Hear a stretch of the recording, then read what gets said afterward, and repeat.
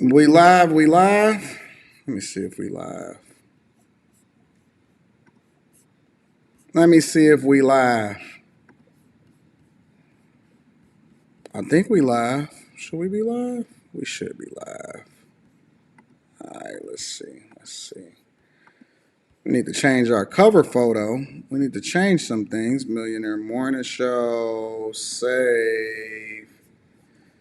No bet. Shoot down. Stream location. Detroit. Let's do customization, subscribers, live chat replay, details. We need to change the cover photo of this joint, right? Let's change the cover photo. Content creation, Millionaire Morning Show.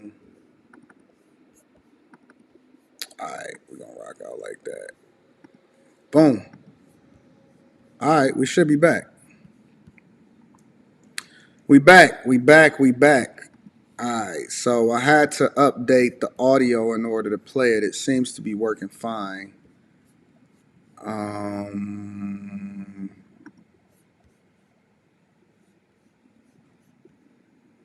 It seems to be alright. Everything seems to be working right. Let me add customization. Alright, boom. We should be good. Alright, so y'all can hear me well. Everything is good. We got our audio. We got our visual. And now, more importantly, we have Roland Martin. Boom. Back on our screen. Woo! Woo! Woo! What a sight to behold. What a sight to behold. Roland Martin. Jesus Christ. It's nothing pretty to look at, but we got what we need. Roland Martin has been providing us with good sources in order for us to be able to react to. So let's continue. I'm about to play what it is that he's gonna say. We're gonna do it in. Let's do it in 1.5 at least. Yesterday, plus Ed Reed, plus the football players. In a moment, we're going to talk with some students at Bethune-Cookman. But this is a statement that was sent out by the president. First, let me begin by saying that I was very proud of the manner in which our students handled themselves during yesterday's student gathering. It was actually a protest. It was orderly and represented the best intentions of students sharing their voices, while social media and media outlets have seized on not continuing negotiations with NFL Hall of Famer player Ed Reed. Many of our with student he was a tremendous player. Still, as we continue to observe him, we felt that his behavior was not aligned with the traditions of our founder, Dr. Mary Clyde Bethune, 69th Mr. Bethune-Cookman University-elect, and Wilbur Stubbs, Bethune-Cookman's student body president. Glad to have all three of you here. And so you see the letter there from the president. We saw the protest the other day. We heard from the football players as well. From your perspective, and we had Dr. Drake on yesterday, from your perspective, who's telling the truth? What is really going on at Bethune-Cookman? Well, to be frank, it's a lot going on here at Bethune-Cookman University. Today, we did have students come out and really speak about how they felt in terms of the conditions that we were forced to face here at Bethune-Cookman University. I myself have been here 4 years, and I've experienced so much in terms of like lack of leadership, lack of resources in terms of like our facilities. And I did send in some pictures in terms of like what my dorm looked like my sophomore year. Like, so there's a lot going on from top leadership all the way down to student leadership. We're struggling. Janiyah Jones, also 69th Bethune-Cookman University student body vice president, who joins us as well. So you said you've gone through a lot, and again, anyone else can jump in here. Yesterday, the president said, well, some of the students are saying that's mold, but really it's mildew, but mildew also turns into mold. We had the football players describing this. The president said football players were not sharing helmets. The players said, no, we were sharing helmets. And so what jumps out at me is, how do you have such two stark worlds where students are saying, this is what we are contending with, but the president is saying, no, that's not reality. Let's stay focused on facts. I would speak on that. Student body president Wilbur Stubbs Jr. For me, I would definitely say a lot of that comes from miscommunication. It was student body president Wilbur Stubbs. Why did they cut him out? You started by saying it's miscommunication. Go ahead. Yes. So, like I was saying before, I feel like it's just miscommunication coming from administration and then just the student body. Because again, you're hearing one thing from the football players and then another thing from the interim president. And the same thing here on the student administration side. We hear stuff from students and we go and advocate about it, and he's saying a whole different story. So it's just all about miscommunication. Like I was saying before, my last meeting with the university president that was in person was back in beginning of August, on August 10th to be exact. And I've requested numerous amount of meetings from that time onward, and has never been no form of communication. Whoa, wait, hold on, wait. You're saying the last time you met in person with the university president was in August? It was August 10th. And you've made numerous requests with President Drake to meet, and he hasn't. Right. And again, it was another time on the 31st of August, to be exact, where we was about to talk about a different issue relating to some dormitories issue, so I can advocate on behalf of my student body. And my office is on the whole other side of campus, and I had to walk to where his office was just to find out that the meeting was rescheduled. They asked me to give them my number. I gave them my number, all of my contact information, time, what best times worked for me and everything, and never got a follow-up. And then the only other time following that was probably when we was in preparation of the storm, and they just needed me to help with the communication given out to the students. But other than that, there's never been no type of communication, no weekly meeting, monthly meeting, none of that. As I listened to that, Janiyah, again, the president came here and said he said on this show that he communicates regularly with student leaders. September, October, November, December, January. I don't think meeting in person 5 months ago is regular. Definitely. It's not. Not at all. Not at all. Renee, I have heard from a number of people since yesterday's show. I have heard from faculty members. I have heard from folks in many areas of the university. I don't want to begin to name them because I don't want to out my sources. What do y'all think about this so far? What do y'all think about what's being communicated to the students, the questions that's being asked by Roland Martin? Do you think that there's more of a responsibility for the interim president to spend more time speaking to the student body, or do you think that the interim president is already busy and overwhelmed with what it is that they have going on a daily basis? I'm curious. I'm literally just taking it in, and I'm taking into consideration what's being said before I make an assessment. I'm going to open it up to you guys for you to be able to jump up on the stream and be able to have this conversation. But I'm curious as to what y'all think so far. Folks have talked about scholarship money that was supposed to go to different units being used for other purposes. Folks have talked about having not a consistent accounting of resources. Ed Reed talked about this yesterday, that the university spends a significant amount of money transporting players back and forth to the stadium to practice when they could actually spend the money on a practice field. I was told that they spent a significant amount of money to turn an area on the campus where there was supposed to be a pep rally regarding homecoming when the coaches were asking for a practice field. And so from your perspective, look, HBCUs love to tout who is Miss or Mr. of their school, and to hear what you're saying and football players are saying, it is as if I'm getting I'm another planetary system for what the president said. Yes, I will say when it comes down to our royal court as well, we have been having we've been having a lot of issues in terms of getting in touch with the president before we were removed from our positions. That happened recently last semester. Hold on. I'm sorry. You were removed as Miss Bethune-Cookman and Mr. Bethune-Cookman? Why?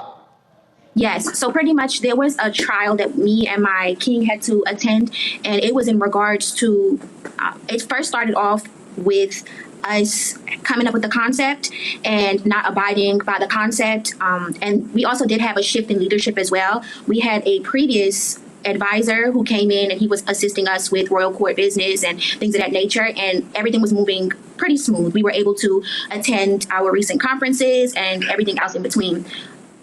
The beginning of the semester is when they decided to remove our old advisor and they put new people into the position as of now.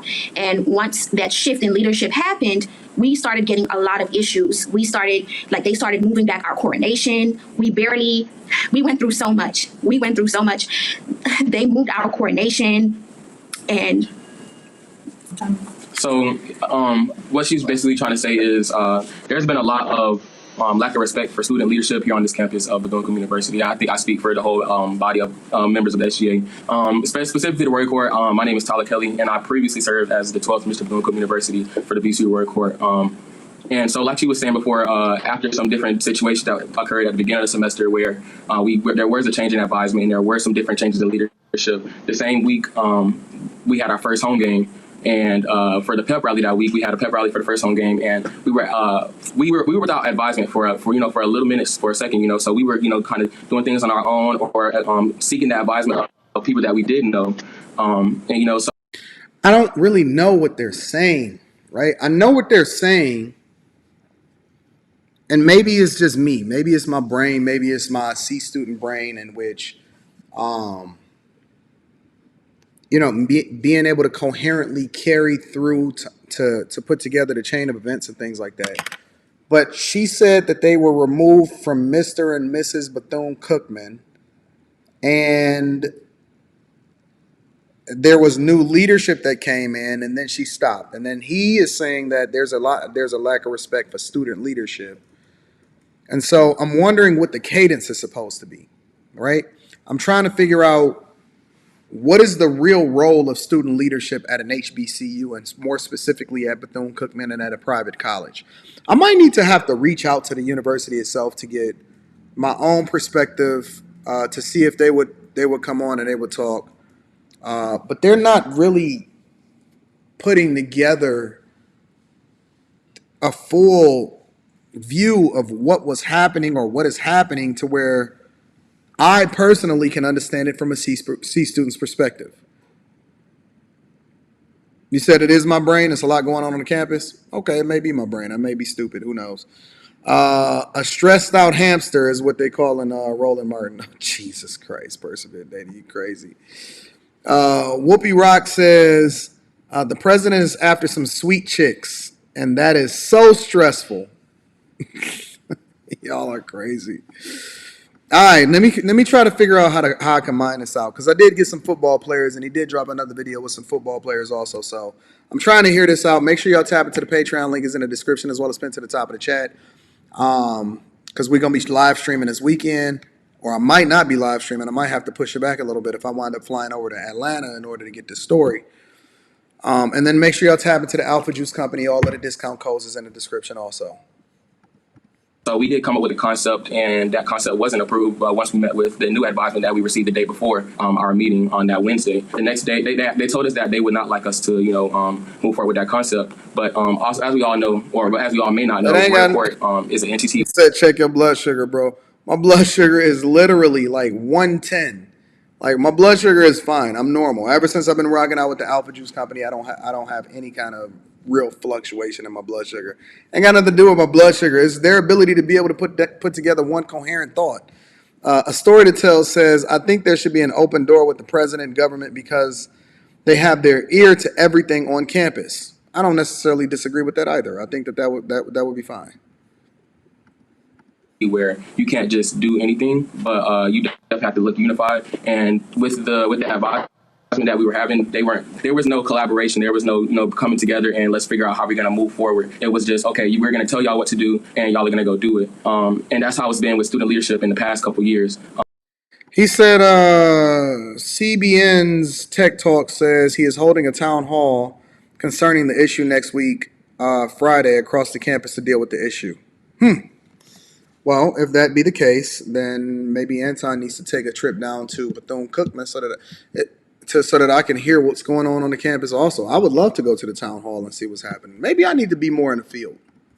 We have, different people that have been part of the Student Government Association, and we're a court who have advocated on behalf of students. And every time it seems that as if we speak out against the university or, leaders of the university, we're shunned away or we're silenced. And that's been a very, very big problem at Bethune-Cookman. We've requested meetings with the president. We requested meetings with different other advisors, and none of those have been acknowledged. Sometimes we're not acknowledged at all. Sometimes we were, given the cold shoulder. So it's just like Bethune-Cookman needs new leadership, and it's time for a change. We had the Hail Mary protest back in 2018, where we did see some change, but we didn't. But we're back here, 4 years ago. 4 years later.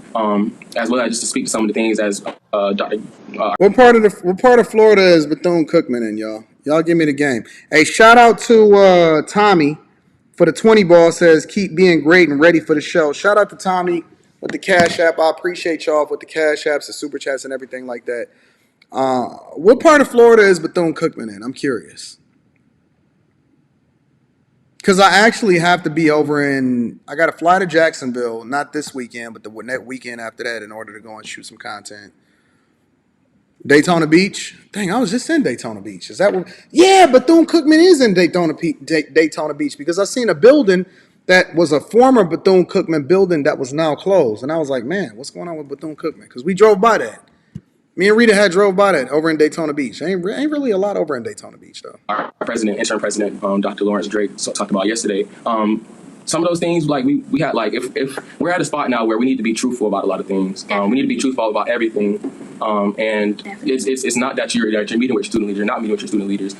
He talked about the divine nine. You're not meeting with your divine nine. You don't have a divine nine. And so just like just different things that we haven't been doing right on our I campus. don't know what he's saying. And it starts at the administration level. And yeah, so, and where it's like me being a fourth generation Wildcat, you know, my mom attended, my mom's mom worked here in the infirmary back in, you know, back whenever. So it's just like different things. Like I came into Cookman, you know, like nobody could tell me, so nobody could say anything bad about Bethune-Cookman. Like, and I think a lot of us can say the same thing. You know, we just going through our student leadership throughout the years until you get to the top and see the ins and outs of student leadership and, you know, talk to different people until you really understand truly who you're working with. And as I will say, not everyone is a bad guy, but there are people that need to be out of different leadership positions. And that's what we're facing here at Bethune-Cookman University as student leaders today. So Wait, I'm curious. Okay, so this is the main issue that I'm seeing, okay? I'm hearing the students communicate that they didn't have as much access as they wanted to the interim president. Often at times, the interim president is coming in trying to deal with a firestorm from the fallout from whatever the outgoing president is.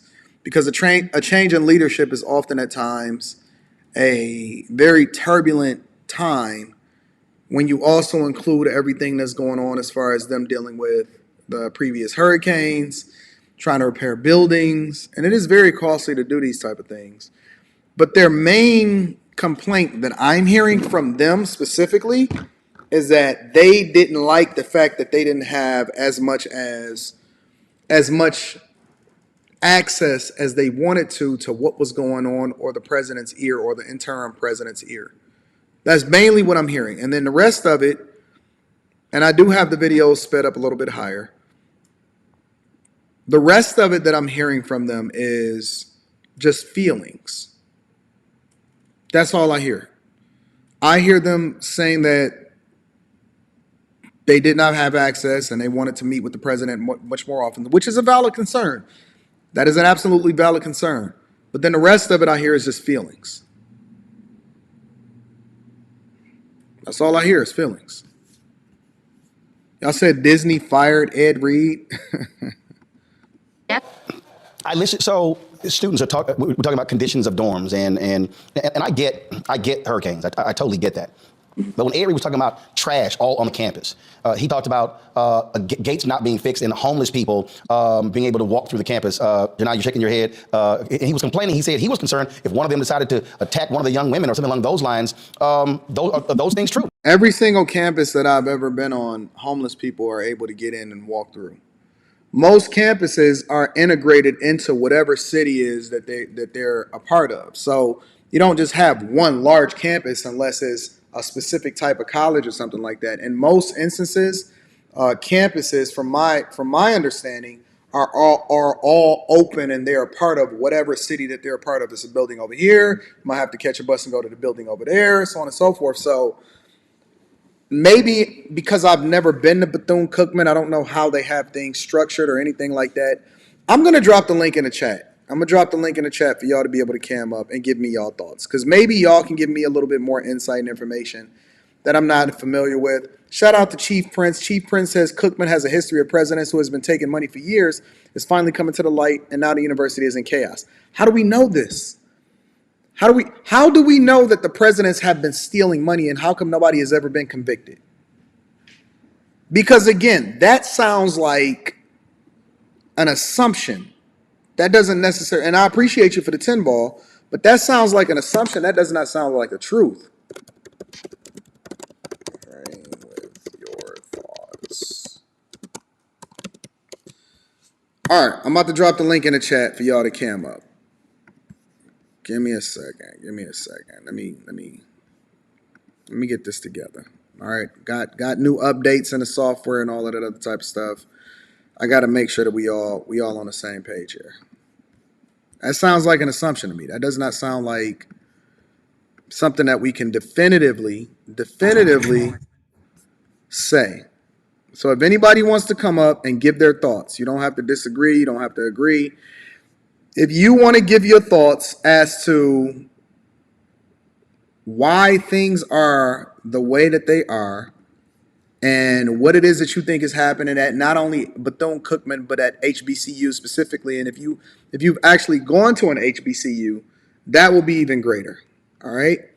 From what I understand, all campuses, and from every college that I've ever experienced that I can think of right off the top of my head, every college that I've ever experienced that I can think of off the top of my head, the campuses are integrated with the city and that anybody can walk around. As a matter of fact, the University of Michigan is Ann Arbor.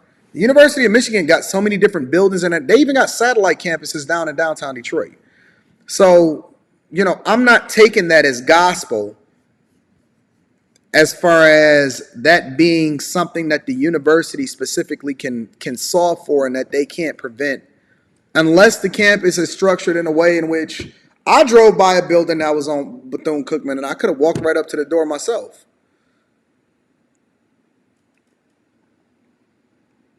The link is open for anybody that wants to cam up and jump up on the panel and give me their thoughts. I'm going to continue to play this in the meantime. Go right ahead. Yes, that is completely true.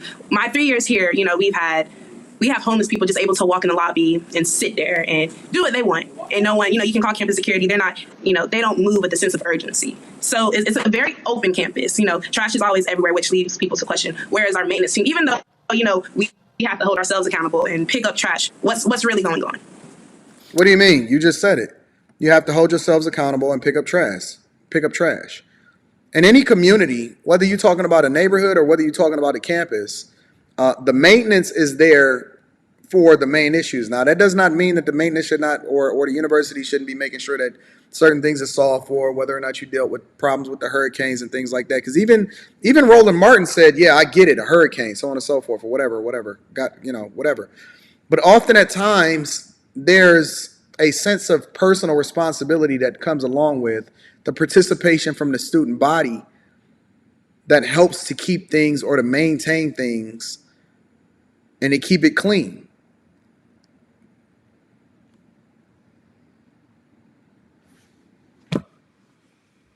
We always did, like we do our own neighborhood collaborations. Well, when I wasn't living in the building, but we've always took a personal responsibility to go around, pick up trash in our own neighborhoods in order to make sure that it stays clean. I'm really not hearing anything that the administration is doing crazy, and I have not heard anybody that can substantiate that anybody was stealing money. If somebody has some more insight than me, or somebody has a difference of opinion than me, because I'm not hearing anything outside of the fact that they didn't have as much of an open ear of the interim president than they wanted. That's the only real complaint that we can really take as gospel and can substantiate it. But I can't assume anything outside of that, and they haven't said anything outside of how they feel. I'm just trying to hear it. Touch on what Janai just said in terms of the young women on campus as well, and I feel like our Department of Campus Safety definitely does need to do better in terms of looking after our students. And stop throwing trash. We face so many different things in terms of students coming out about certain things that have happened to them on campus and not receiving the help that they need. And I think that there needs to be a shift in not just leadership, but a shift in Bethune-Cookman University as a whole. Because since I've been coming here, since I came to Bethune-Cookman University, now I'm coming from PG County, Maryland. I'm coming from a long way to come to school and making a lot of sacrifices to come to school. And for us to be dealing with these types of conditions is ridiculous. It's ridiculous. Is that the Bethune-Cookman us as a student body, us as student leaders came together to make sure that not only are our voices currently being heard, but that change really is being implemented. Because we haven't seen that in the past few years that we've been here at Bethune-Cookman University. And it's not just, it's bigger than what is out there right now. It's bigger than us. It's bigger than us. And we really need a change. And I think it's great that we were able to get everybody together to speak out on their injustices today, and we will continue to have people speak out on their injustices because Bethune-Cookman University has put a lot of different things in place to silence us. They've silenced us. Can I ask you this? Because I was told by the alumni that students have to sign. If y'all feel a certain type of way, then the link to be able to cam up and jump up is right there in the chat. The link to be able to cam up and jump on here, make sure you got good lighting. Come up here and tell me what it is that you experience within HBCUs. Come up here and tell me what your thoughts are on HBCUs. I'm curious. I'm curious for somebody come up here and tell me that I'm off. Or somebody come up here and tell me that something else is being communicated. She said they trying to silence us. That sounds like the Victim Olympics to me. That don't sound like anything that they talking fast because I sped it up so I can actually hear the whole video instead of just, a whole bunch of rambling and talking. Somebody got to help me to understand why. What am I seeing that's off? I'm open to the possibility of being wrong. Isaac, I'm about to pull you up, big dog. I can't see your face, big dog. You got to pull your camera up. Isaac, you got to pull your camera up, bro.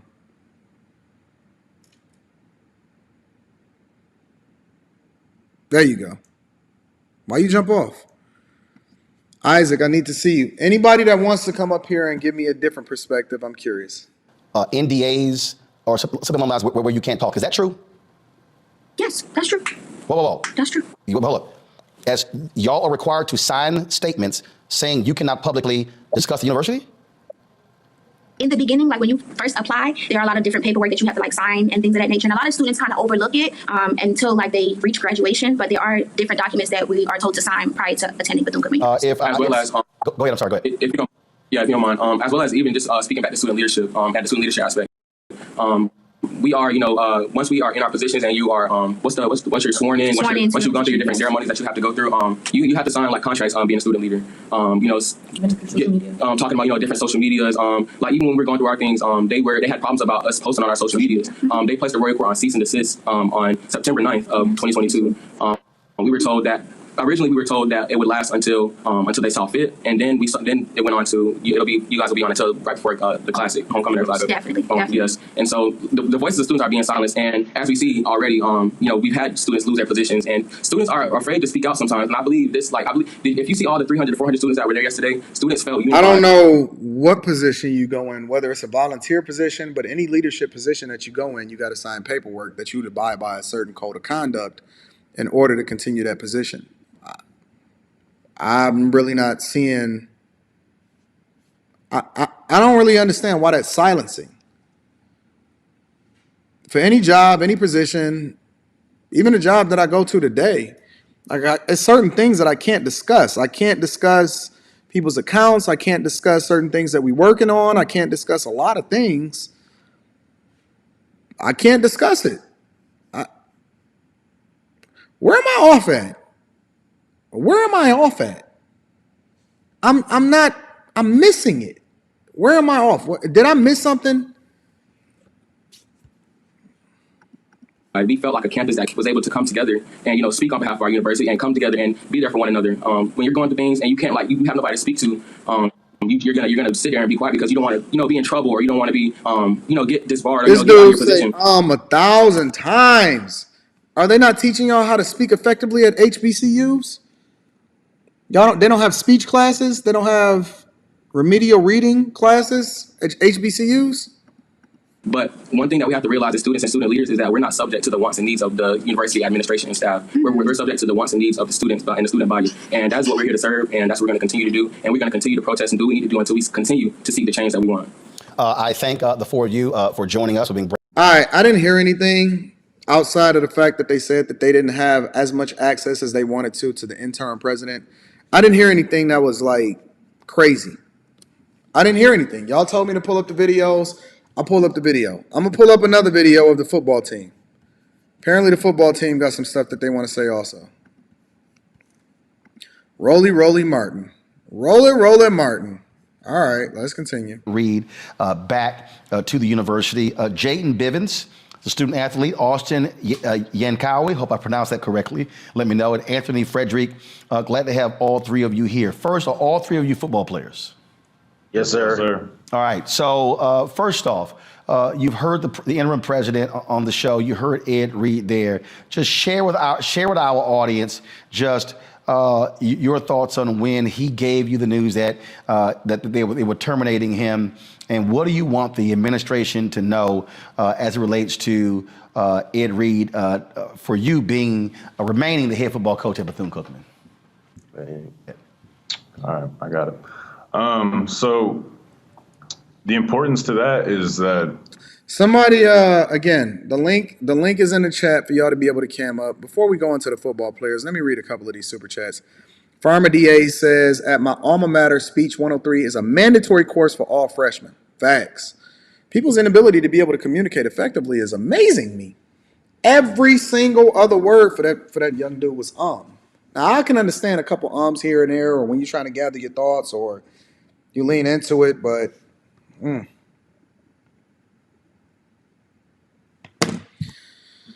shout out to Pharma DA. So I appreciate you, big dog. Johnny Van Johnson says most HBCUs are gated, closed campuses, probably because they're private colleges. I did go to a private college for one semester, and it was a gated, closed campus, but I'm going to have to figure that out. Chief Prince says Cookman has a history of presidents who has been taking money for years and is finally coming to the light. Now the university is in chaos. How can we prove that, though? I don't just say anything randomly. I need to understand whether or not that's an accurate statement or if that's true. Thank you, Chief Prince, for supporting the platform. Let me see if I can get y'all up. Lance, you over there? You there, Lance? Lance, you look frozen over there, big dog. Let me see if I can get Lance on the platform. Or if anybody wants to cam up to give me their thoughts on HBCUs in a general sense. I'm curious as to what y'all thoughts are. Lance looked like he frozen over there. Let me see if I can get Lance. Bye, Lance. Lance, can you hear me? Lance, can you hear me, big dog? Lance. I can hear you, Lance. Lance, can you hear me? Oh, shit. Lance, can you hear me? I can't hear you. You can't hear me, Lance?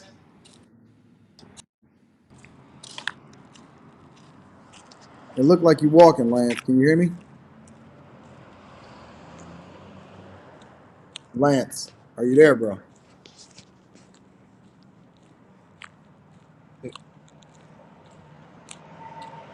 You real laggy. Can you hear me? Lance dipped out. I'm gonna try to get somebody else on here. If you guys decide that you want to cam up and have this conversation, you are more than welcome to do so. Pharma DA says, I just jumped in, but as an HU grad, I can in good faith have you call them trash. Call who trash? Who called who trash? See, Pharma DAs, I'm the person that's been defending HBCUs and the administration. I'm the one that's saying that HBCUs, I didn't see anything that was trash so far. See, Pharma DAs, you be trying to come after me, man, and I'm not even the bad guy in this situation. How did that happen? I'm the person that's actually said that I don't think that Ed Reed has been doing things the right way. Listen, if you guys want to be able to come up here, if you want to express your thoughts, the link is pinned to the top of the chat for y'all to be able to come up here and express your thoughts. Who called an HBCU trash? I did not call HBCUs trash at all. I'm going to be reading the super chats throughout the show. Oh, Jesus. Coach Reed in 3 weeks has essentially done more than this entire administration. No, the thumbnail does not say that. All right? Oh, my God. Now I got to go about teaching y'all how it is, what the thumbnail says. Okay, let me show you what the thumbnail says. All right. Thumbnail says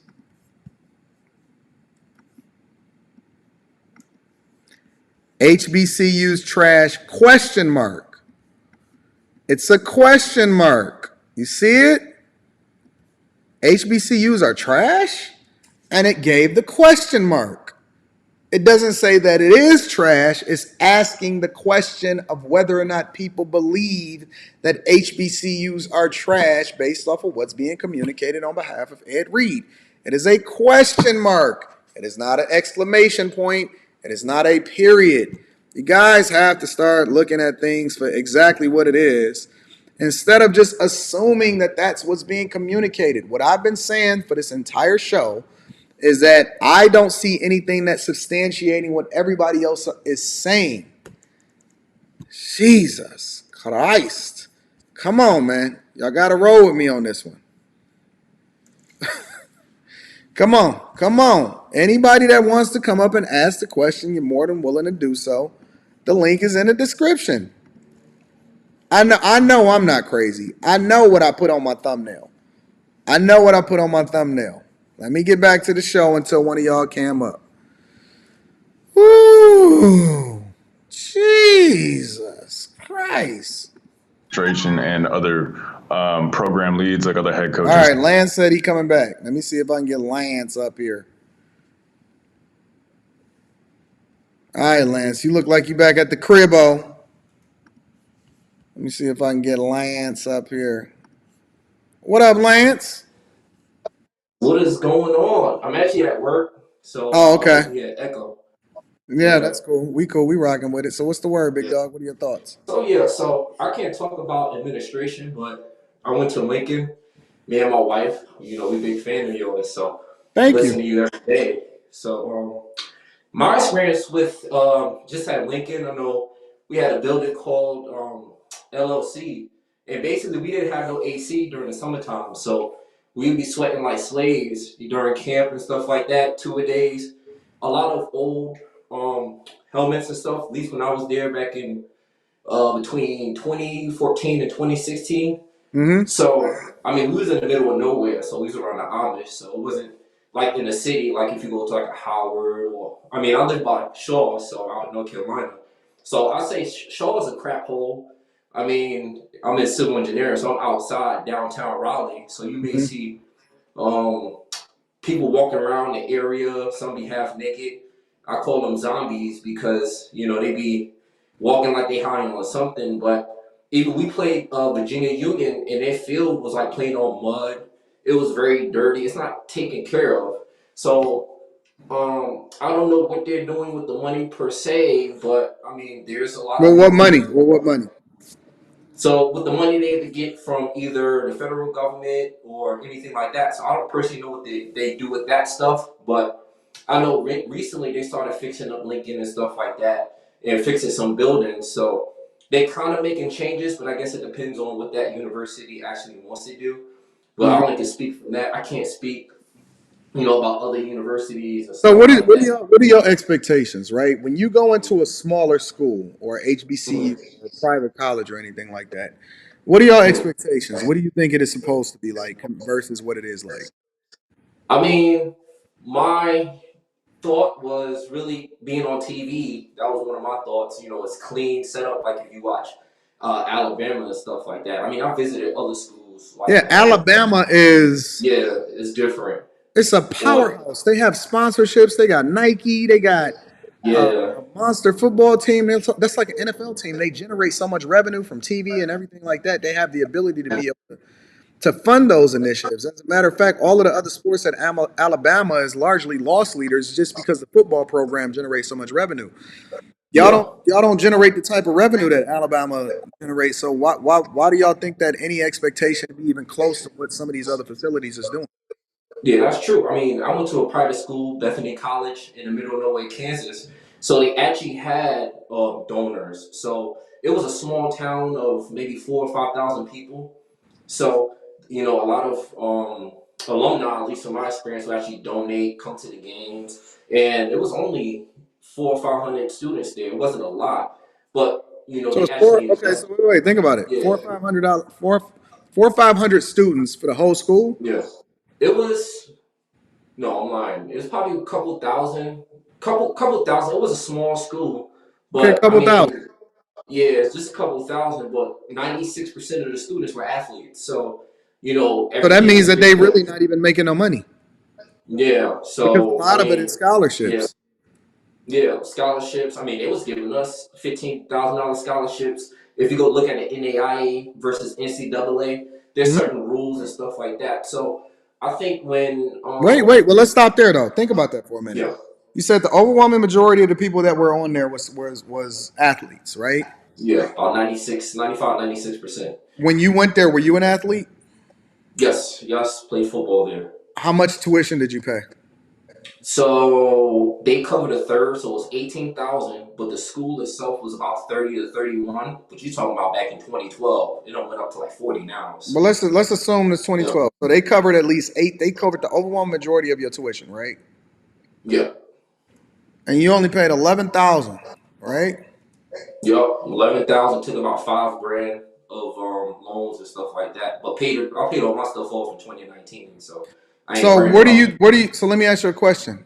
Where do you think the money Mhm. that comes from in order to pay salaries, teachers, tuition, maintenance, facility, utilities? Where do you think where do you think that the money is supposed to come from in order for y'all to have a phenomenal football field? I mean, in my personal opinion, I mean, it should come from donors. It should come from alumni. So now I gotta ask you a question. Yeah. So, How yeah, much have you donated back to your alumni, your school? I personally haven't donated yet, so I'm in that camp. Wait, Yeah. wait, wait. But now hmm you see where we going with this? Yeah. No, I agree. I'll So take that how do over that we one. then hope? Because at other major universities, the alumni donate on a regular basis. It's just a part of their giving pledge, right? They donate, Yeah. they participate, and often in most situations, they generate a whole lot more revenue as far as hmm tuition alone. We're not even going to talk about sponsorships. We're not going to talk about other companies. We're not going to talk about alumni that build whole buildings and things like that. Even at the University of Michigan, a lot of their facilities was some of the buildings was toe up until they got a donor to come in, such as a Mike Illich or something like that, to go in and refurbish the entire thing, right? So if you Yeah. think about that and you say, well, the overwhelming majority of the students were scholars, was on scholarships, and they wasn't Mm-hmm. generating any revenue as far as tuition. And I haven't actually donated anything, not $5, not $2, not $3, not $4. How do we then expect for the university to generate revenue? A, and then B, how do we expect for the situation to improve if we don't come back and give back to the very universities that afforded us this lifestyle that we have today? Yeah, I mean, how do we expect? I mean, you either going to beg for somebody else to do it that doesn't have a vested interest in it, or B, we have to donate back to our schools. I mean, a lot of, I guess you say PWIs, they kind of understand the concept of giving and donating and writing some of that off on their taxes. So they understand that from that perspective. I think a lot of other people just don't understand the reason why they should give and stuff like that. So I think that's more of a personal accountability thing that Well, we then, if have to it's a work. personal Yeah, accountability, how do we hold the universities accountable? I mean, there's no reason to. I mean, if you're not investing in them, they should actually, consider actually doing X, Y, and Z if they don't have the funds to do So it. I'm That's not. what I'm saying. Yeah, I don't see how people are complaining about HBCUs, yeah. and they're not actually trying to understand the plight that HBCUs face. And then on Mhm. top of it, they're not actually donating or giving anything to these actual universities that they graduate from. Yeah, I mean it's a sad thing. I mean, we look at budgets all the time, and most people don't even give. Everything is all about taking care of yourself, taking care of your family, instead of looking at a zero based budget. Kind of teaching how to give first, pay yourself second, pay your bills last. I think everybody is just so selfish when it comes to money. It kind of reveals Not a everybody. yeah, some Black people, people are. yeah, that's true. That's Black true, people and are. yeah, I definitely agree with that. I switched a lot of my thought process, a few years back because I'm originally from New York, so it's just as leftist as it can be. So, and my mom has some background in politics, and we used to meet certain people who are in higher office, like Hillary Clinton and those individuals. So, a lot of the stuff you kind of see from the school perspective, you also see, in the states that have a different perspective. So I think it takes the people to actually be willing to change and actually using their funds and their resources to invest in their future kids' education and actually looking at, how they actually going to make sure that their schools and universities are taken care of. So no, I definitely agree with that. Now with Ed Reed and stuff, I mean, can I say 100% agree of how he handled it? No, I mean, like you said, you can actually speak to somebody one on one, man to man, and actually say, hey, how can we address this? Instead of now putting everything on social media. Now it's just like bashing and doing this, that, and the third instead of sitting down, coming with solutions and actually fixing the problem. Yeah, I don't really understand what y'all expect on these campuses, Mm. these sports programs, and things like that because they're loss leaders. Yeah, Like the sports yeah, programs is not actually generating any revenue, unlike University of Michigan, mm. Alabama, um, you know, anywhere. Literally, Yeah, the sports yeah, programs at HBCUs are a benefit, but they're loss leaders. So it's actually drawing money away from the things that's actually meaningful for these universities. yeah. There's no So no money what are they behind expecting the kid? What are they? I don't really know what they're expecting. they want. I remember Mama used to say, "Money don't grow on trees." I think that's what they're unless you can print it. But I think that's what everybody's expectation is. Somebody else have to fix it instead of fixing it ourselves. Really figuring out how can we actually help our schools. I remember even after homecoming. It used to be a whole bunch of trash. I know our coach used to say, "Hey, go pick up trash, do community service." We usually actually help the young ladies actually help move into their dorms. I mean, my wife, she's a huge fan of yours too. Hopefully, she's Mm. watching, and she's an AKA, and I mean, she donates to that organization.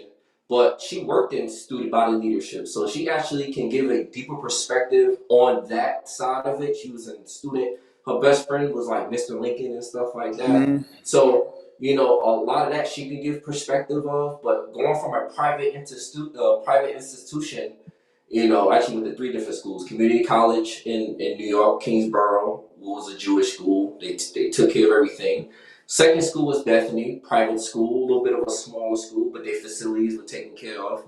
And then going to Lincoln, it was like a whole culture shock because one, I had to re-earn my scholarship. So there's not even money in actually bringing talent, kind of what Deion Sanders did to actually, showcase the talents that a lot of these schools have in HBCU. So, If it was you me, got, listen, let me tell you what I would do. This is why they can't make me president of nothing, right? Outside of my yeah, I'll own vote for company. that. I'll vote for you.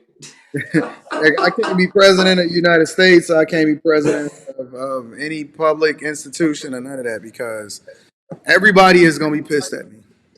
Yeah, I'm going to go through that motherfucker with a fine tooth comb and I'm cutting out everything that's not generating revenue. yeah, I'm going on the yeah. recruiting trail for the right type of candidates and the right type of people that actually add value into the university that I think long term is going to be contributing members to what it is that we're doing. I'm recruiting people outside of the university that don't look like us that can actually shore up the coffers. I'm going to actually Mhm, recruit students and ask, listen, I'm cutting out every program that does not make money. Everything. mhm, Every yeah, sports, I don't care. Women's sports, gone. Ain't gonna be a woman playing a sport at that university. mhm, Anything that is not generating revenue is cut out. We getting rid of facilities that we don't need in order to ensure that we can start allocating resources towards the things that actually matter. We're gonna focus on education, and as we become solvent, then I'll start to extend it past so that we can use it as a revenue generator and other things if we have the funding to do so and we have the sponsorships and the backing behind it. But everything is going. I'm cutting out everything that is not generating money and revenue. I don't care what the students say. I don't care what everybody feel. You are there to get an mhm. education, and we're gonna figure out how to generate the revenue afterwards. But I am cutting out everything, everything. No, I agree with what they said. The road to hell is created with good intentions. I mean, growing up in quote unquote Section 8 housing, I mean, a lot of that money is just being spent, for no reason. And people living, off this stuff for Hold on, years. wait a minute, So, wait a minute. Come here. uh-oh. Hold on, You just gonna walk in, grab something, and get back out? What's going on? that's funny. Why your butt sticking out like that? That's how I look naturally. I might have to do the turnaround. Yeah. Hi, Miss Rita. My wife loves you. I actually just called her on FaceTime. I was Woo! Okay, walk it off, Fort. trying to. Walk, Yeah, so walk no, it I off, definitely, I 41. definitely, No, I definitely agree with that. I mean, yeah, it's just we got to look at everything from how can we generate revenue so we can invest in what's best for us instead of just doing what feels good. So, no, I definitely agree with that. Cut things we don't need. People just got to figure it out because if you have a floor, then you can always get complacent on that floor. But if you take away the floor, your ceiling become limitless. So. I definitely understand that, especially just my experience after I left school. I mean, we were homeless for like a year, especially me personally. Mhm. But taking that time to actually, grow as an individual and really see like, hey, I can't depend on somebody else. You got to depend on yourself and actually have that person or that network. Nope, I guess we lost him. Let me pull up. Are you back? All right, we good. I'm about to pull up Cuban Libertarian too. I want to see what his thoughts are on this also. You ready, Cuban Libertarian man? I'm about to pull you up, man. I'm curious as to what your thoughts are.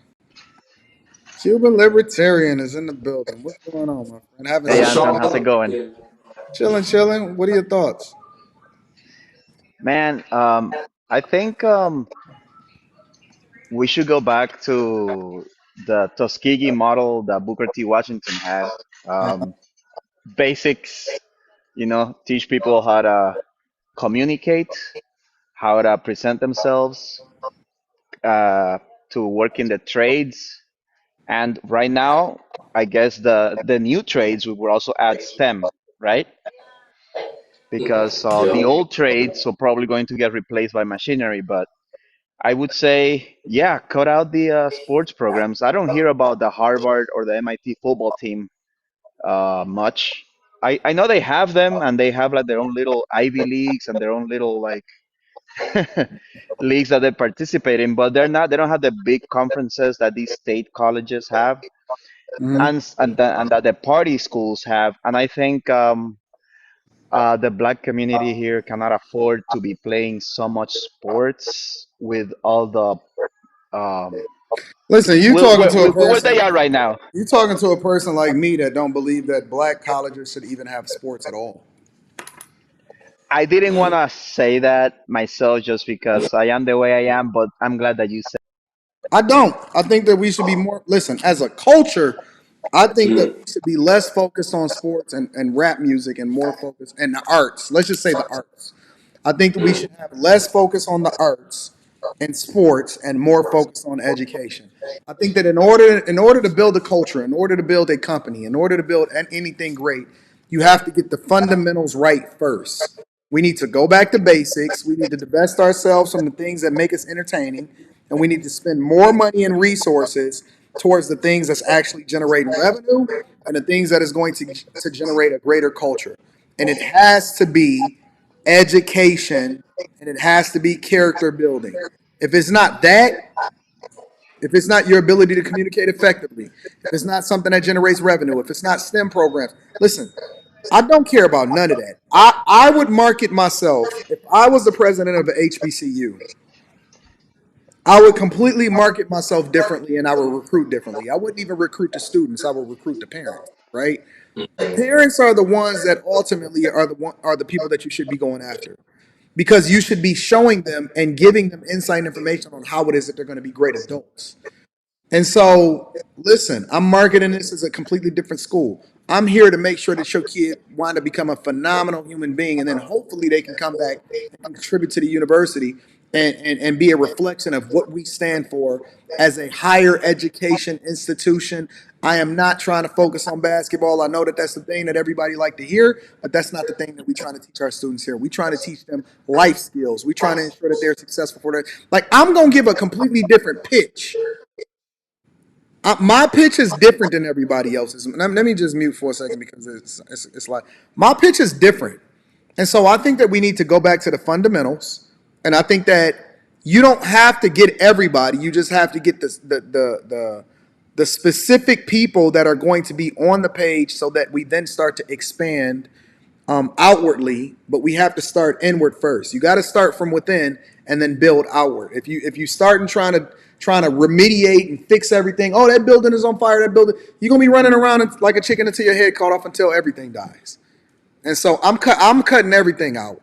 And then as we continue to grow and we reset the foundation of what the university is supposed to be for in the first place, then we can start entertaining the possibility of having a sport here, a sport there, if we can get a sponsor that would then advertise and generate more revenue, or if we can get a bigger company to then sponsor what it is that we got from a sports perspective.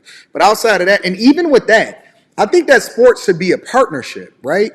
If you start to create partnerships with larger sports entities and companies and things like that, they will let you then use the facility to where you don't have to buy your own.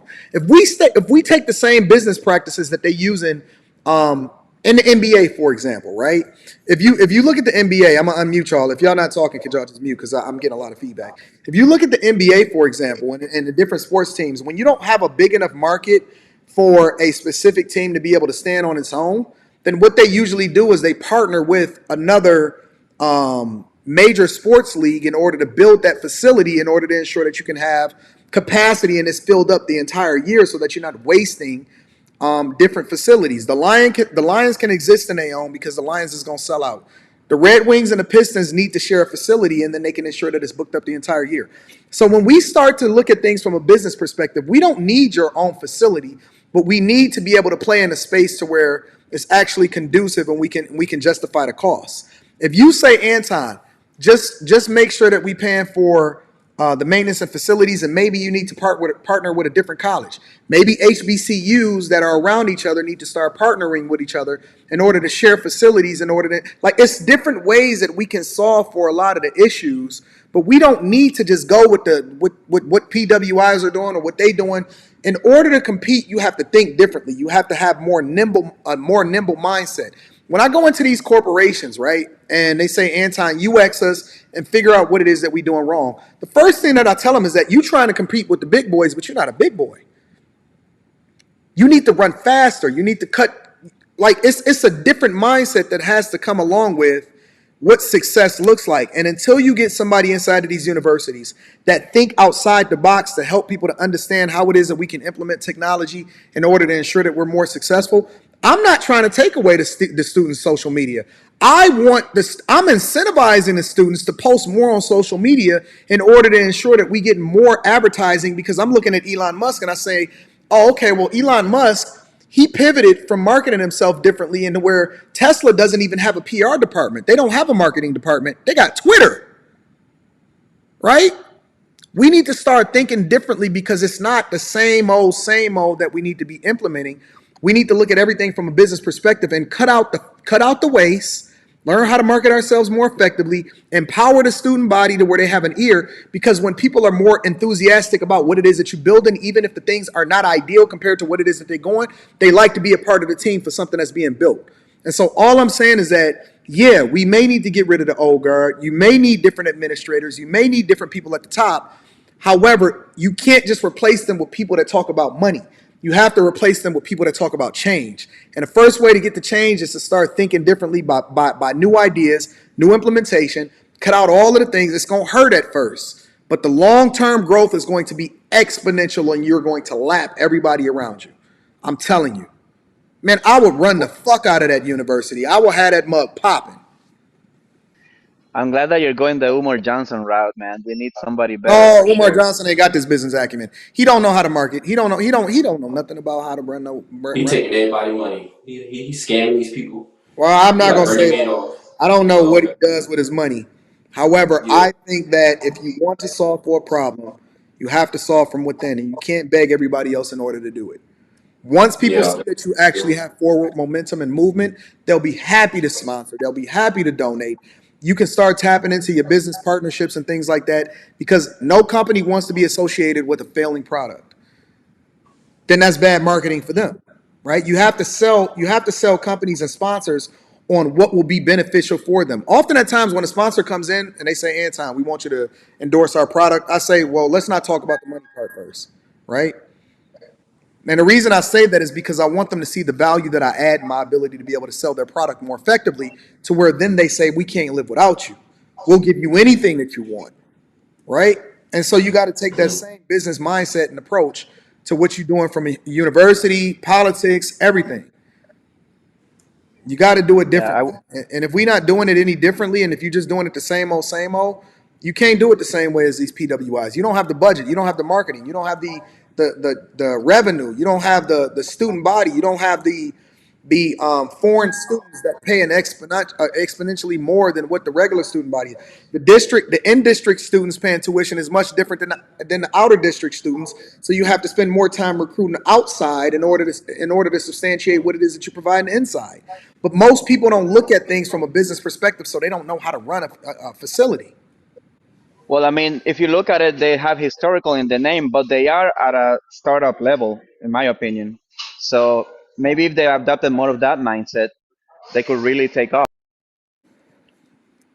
I don't think that people know what they don't know. I think that a lot of people think they know what it takes in order to run a business, but they don't. Yeah, it Brother, I takes a have to lot of. go. Thank you. Oh, sorry. I'll keep listening. Thank you, Cuban. I appreciate you. Yeah, yeah, like you were saying, I think it takes a lot of time and change. Like everybody looks at everything else instead of just looking at themselves. Understand self, and then you can actually, affect change. Like how you're saying. I mean, just reading over 400 books and just getting a whole different perspective and how to think differently. They always say thinking labor is harder than physical labor. And I think that's why a lot of people just get so robotic with just doing the same thing over and over and over. And even speaking about speech class, my wife is very articulate.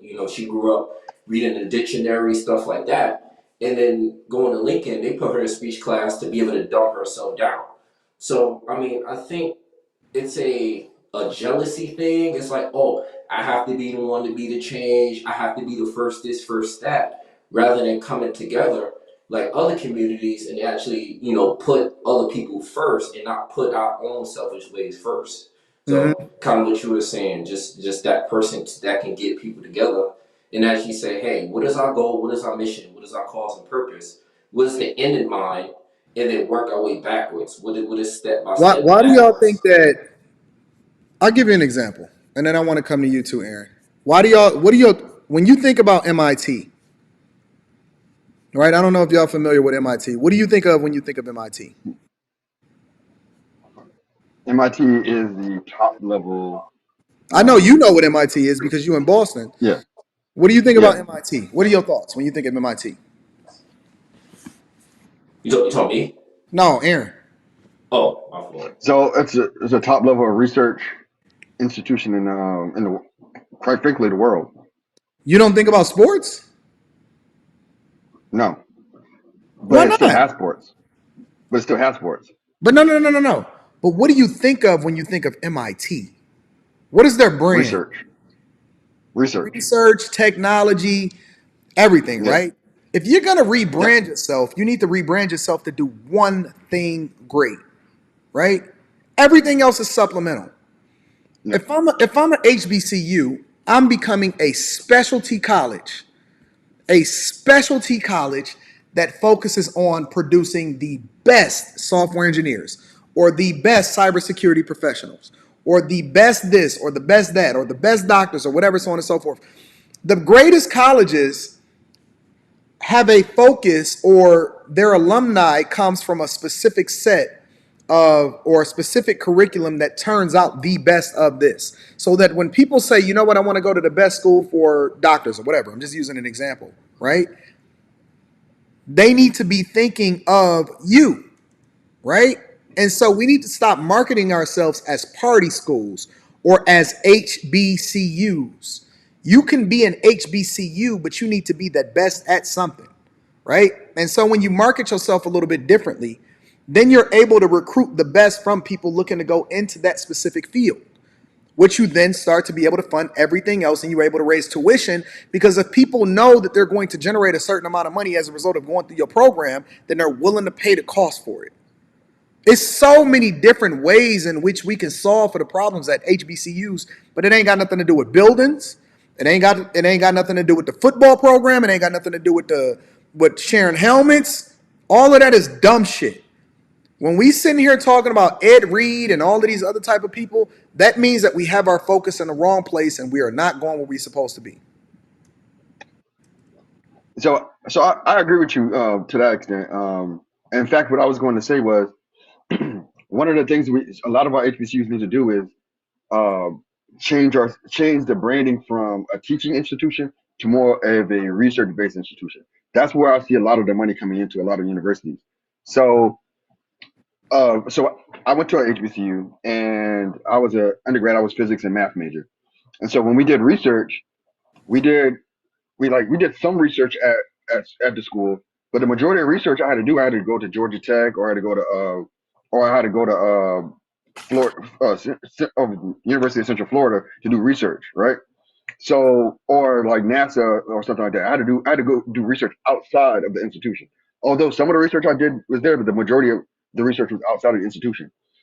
And when we're part of these grants, we need to find a way to be a part of the grants with these major universities, but siphon some of that money that we're using from those grants to build out our own facilities, so we can get a majority. We can start becoming a prime in those grants, which would bring in more money and bring more. And then once you start building out your facilities, right? Once you start saying, okay, we're gonna have this amazing clean room, right? Now all of a sudden, a company will say, Apple might say, hey, we need somebody to start building out semiconductor chips.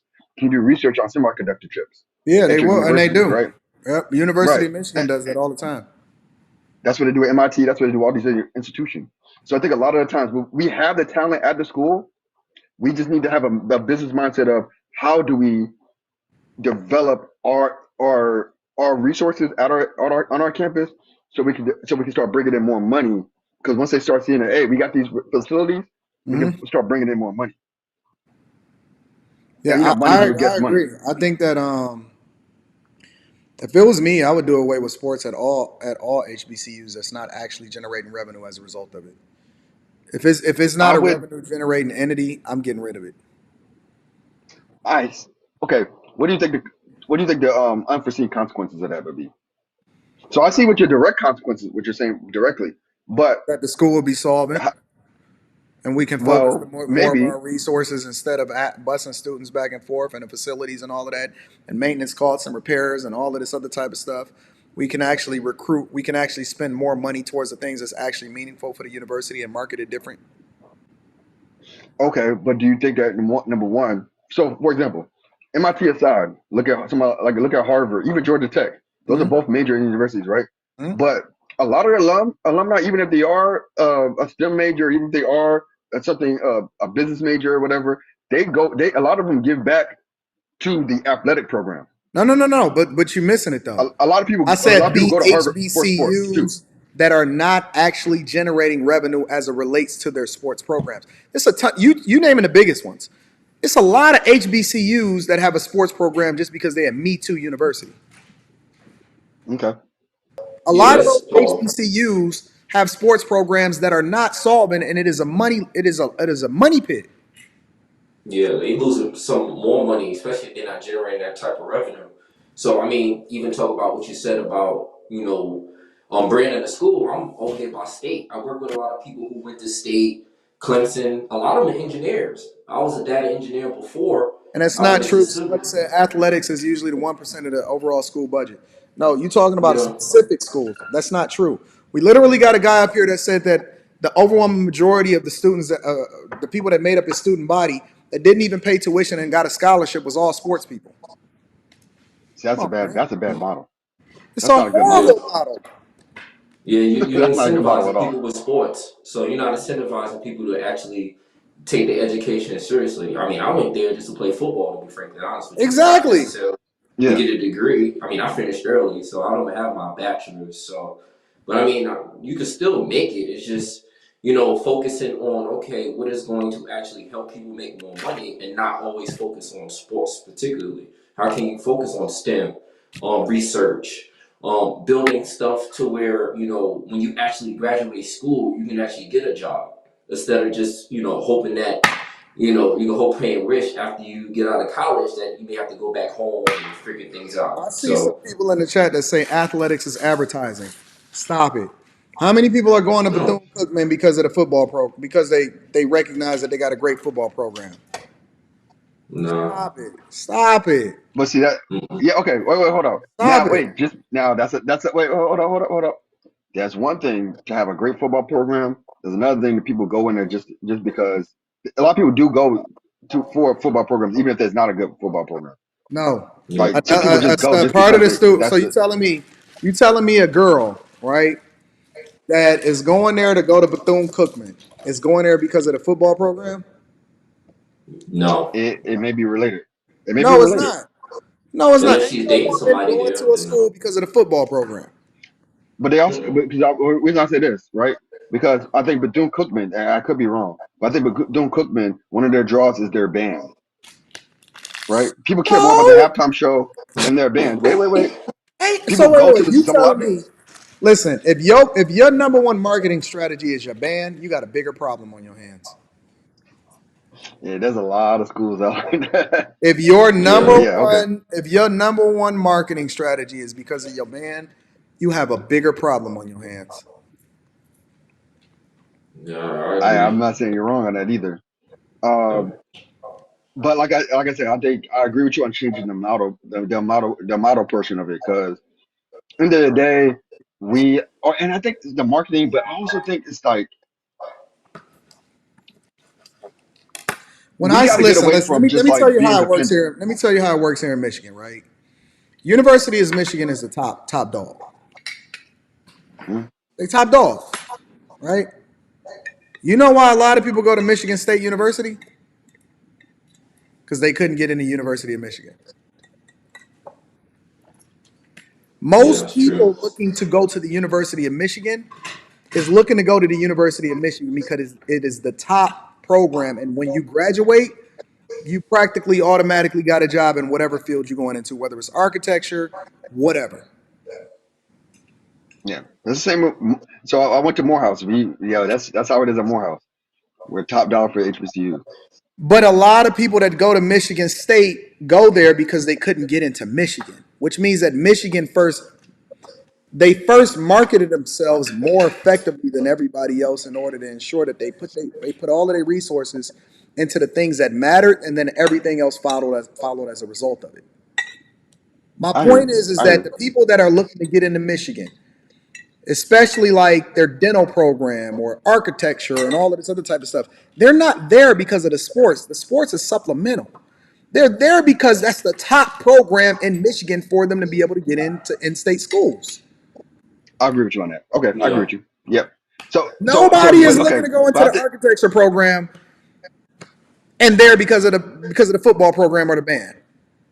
Now, the culture okay. that they create around that as a result of creating sports and marketing themselves is a completely different conversation. But my point is that when somebody goes to MIT, nobody is going to MIT because of the sports program. They go in there because they know, listen, you got to work for your whole fucking life, and you got to be able to come in with a great story behind it as to why they should even accept you in there. It is a special club for you to get in there.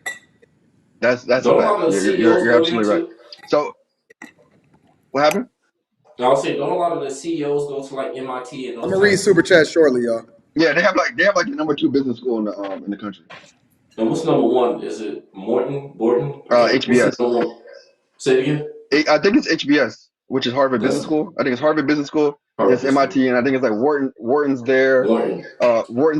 Wharton is in like top five. It's like those three are always like, and then like Princeton, like those three, and I think maybe Stanford, like those 4 or 5, like always compete for like the number one position. But you can't go wrong going to Sloan or going to HBS. Like you can't go wrong with that. But like And you know what the more interesting thing about it is? People are willing to pay whatever MIT say they got to pay in order to get into the program. that is a There fact. was That is a there was a fact. scandal on Netflix that talked about parents paying to get them into schools and they even had to They do. will do whatever it takes to get Yeah, into they those would do what it programs takes. because Yeah. those programs spend more time actually recruiting the best teachers, the And, best professors. They invest more in the things that actually matter. What it is that their kids are going to come out of school with, the connections, the networking, all of that. That is the stuff that matters. connections are the most important. The connections are That's the what most important thing matters. Yep. because if you go to MIT, you're surrounded by your roommate might be a feature hedge fund manager. Your roommate might be the next star. Might be making the next Google. You Like know, it's funny because you're I'm looking at surrounded my by all these dude. people. I'm looking at my dude Kojak in the chat. Shout out to Kojak. I went to high school with him, right? And it's funny because me and Kojak actually had some classes together, and we had Miss Baker. Shout out to Miss Baker, who was our architecture teacher, because I thought that I was going to go into architecture, right? Kojak wanted to become an architect, and he's a phenomenal architect, right? That's what he does for a living. Kojak is like 7 fucking feet tall, and he's one of the best architects that I've ever seen, right? Real talk. This is real life, right? If you're in Michigan, for example, right? If you're going into architecture, you go to Lawrence Tech, right? Now, a lot of people that's not from Michigan has never heard from it. But if you're in Michigan, their specialty is the best architecture school in the entire state, right? Some of the greatest architects has come from Lawrence Tech, right? Lawrence Tech. My father, one of the reasons why I was even interested in architecture in the first place is because my father went to Lawrence Tech, and he always bragged about how great the school was from an architecture perspective, right? My point is that they marketed themselves much differently because they can't compete with a Michigan or a Michigan State in their football program or their sports program or other programs. They specialized in something, and then they started to become successful as they branched out into the other different programs and STEM and fields. And so all I'm saying is that we need to change what it means to go to a HBCU. Yeah. We need to change it. Yes.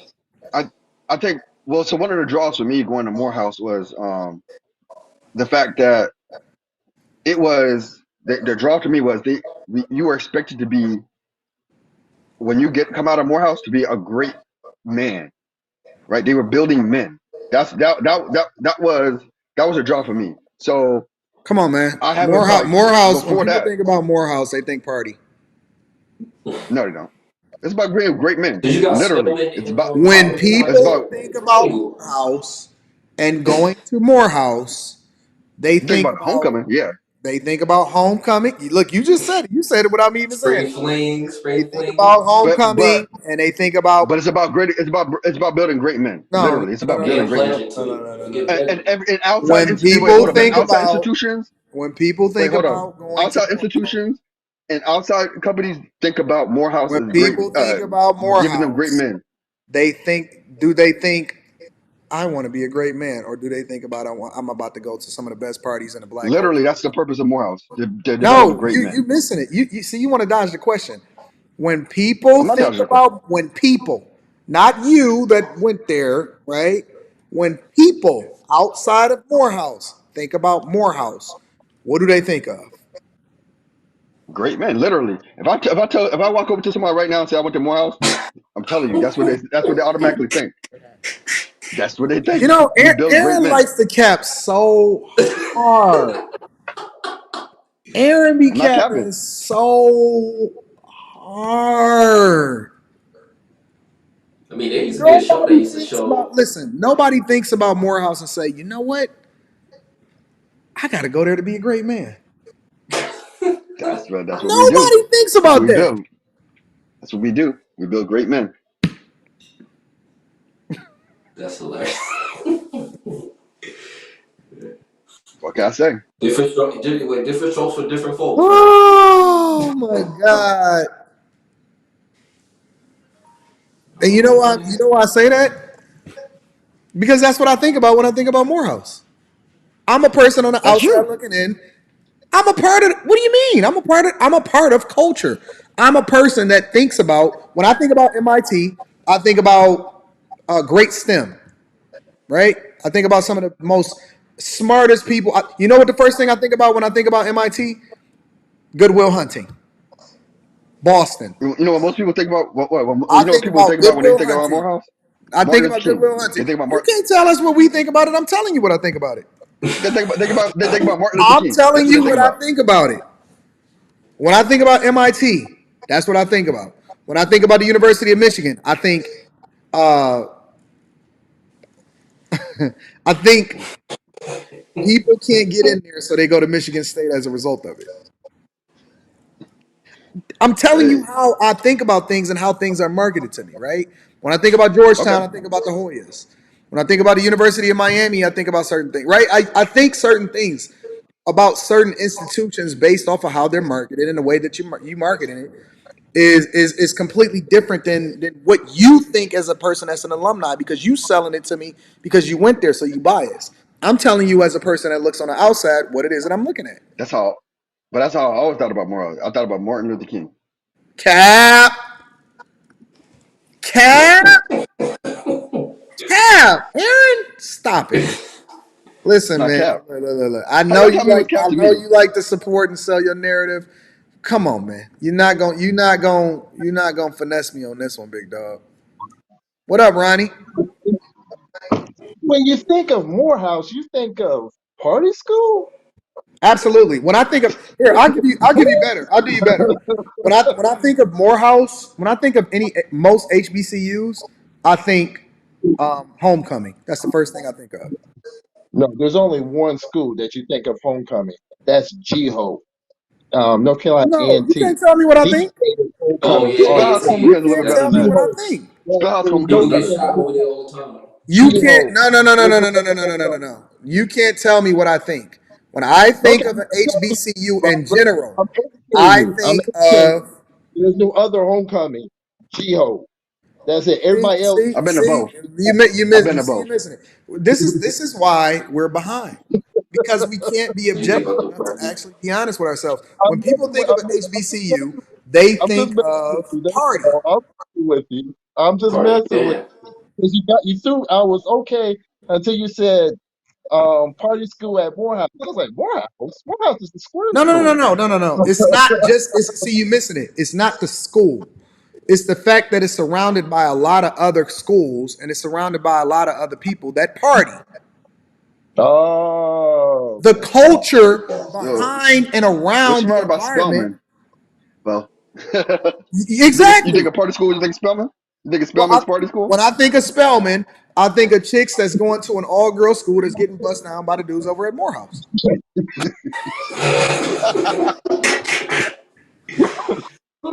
And you know Hey, why yo, you you got Clark laugh? Atlanta You know too. why you laugh? Because it's true. You got Clark Atlanta too. Ain't it like I mean, called a that's any triangle school or though. something like that? No, that's what I nope, no. And That's any that's why you school. started laughing. When I think of Spelman, That's literally any school though. when I think of Spelman, I'm thinking of highly educated black women that love to get bust down in their spare time. I'm so, I ain't gonna let you play my Spellman sisters like that. Nah, I ain't gonna let you play my Spellman sisters like that. Nah, Yeah, I don't care what you call them. I'm telling you what I know. they are great educated. They are great educated black women. That like to get what? Bust down. Blessed. Who no? They go to find that Morehouse husband. Dog, you You know know how how the many line like the mother. Spellman girl. Let me be quiet, bro. okay. Shout out to the Spellman ladies. We love y'all. Highly Man. educated chicks for the streets. Nah, man, Spellman's good. Spellman's good. I love Shout my out to Spellman my women. ladies that's for You the ain't gonna never let me. You streets. ain't never gonna let me turn against. You ain't never gonna make me turn against Spellman. They highly educated women for the streets. What up, Dundada? What it do? What it do? I'm in Chilling, this joint chilling. for them Spellman bust downs. Oh man, Hey, look, we went. I somebody went gotta to be politically Tuskegee, correct, right? man. We used to travel an hour to go to Atlanta just to go bust the Spellman joints down. See what I'm saying? What's that? Freaknet? Early Freaknet? Oh man,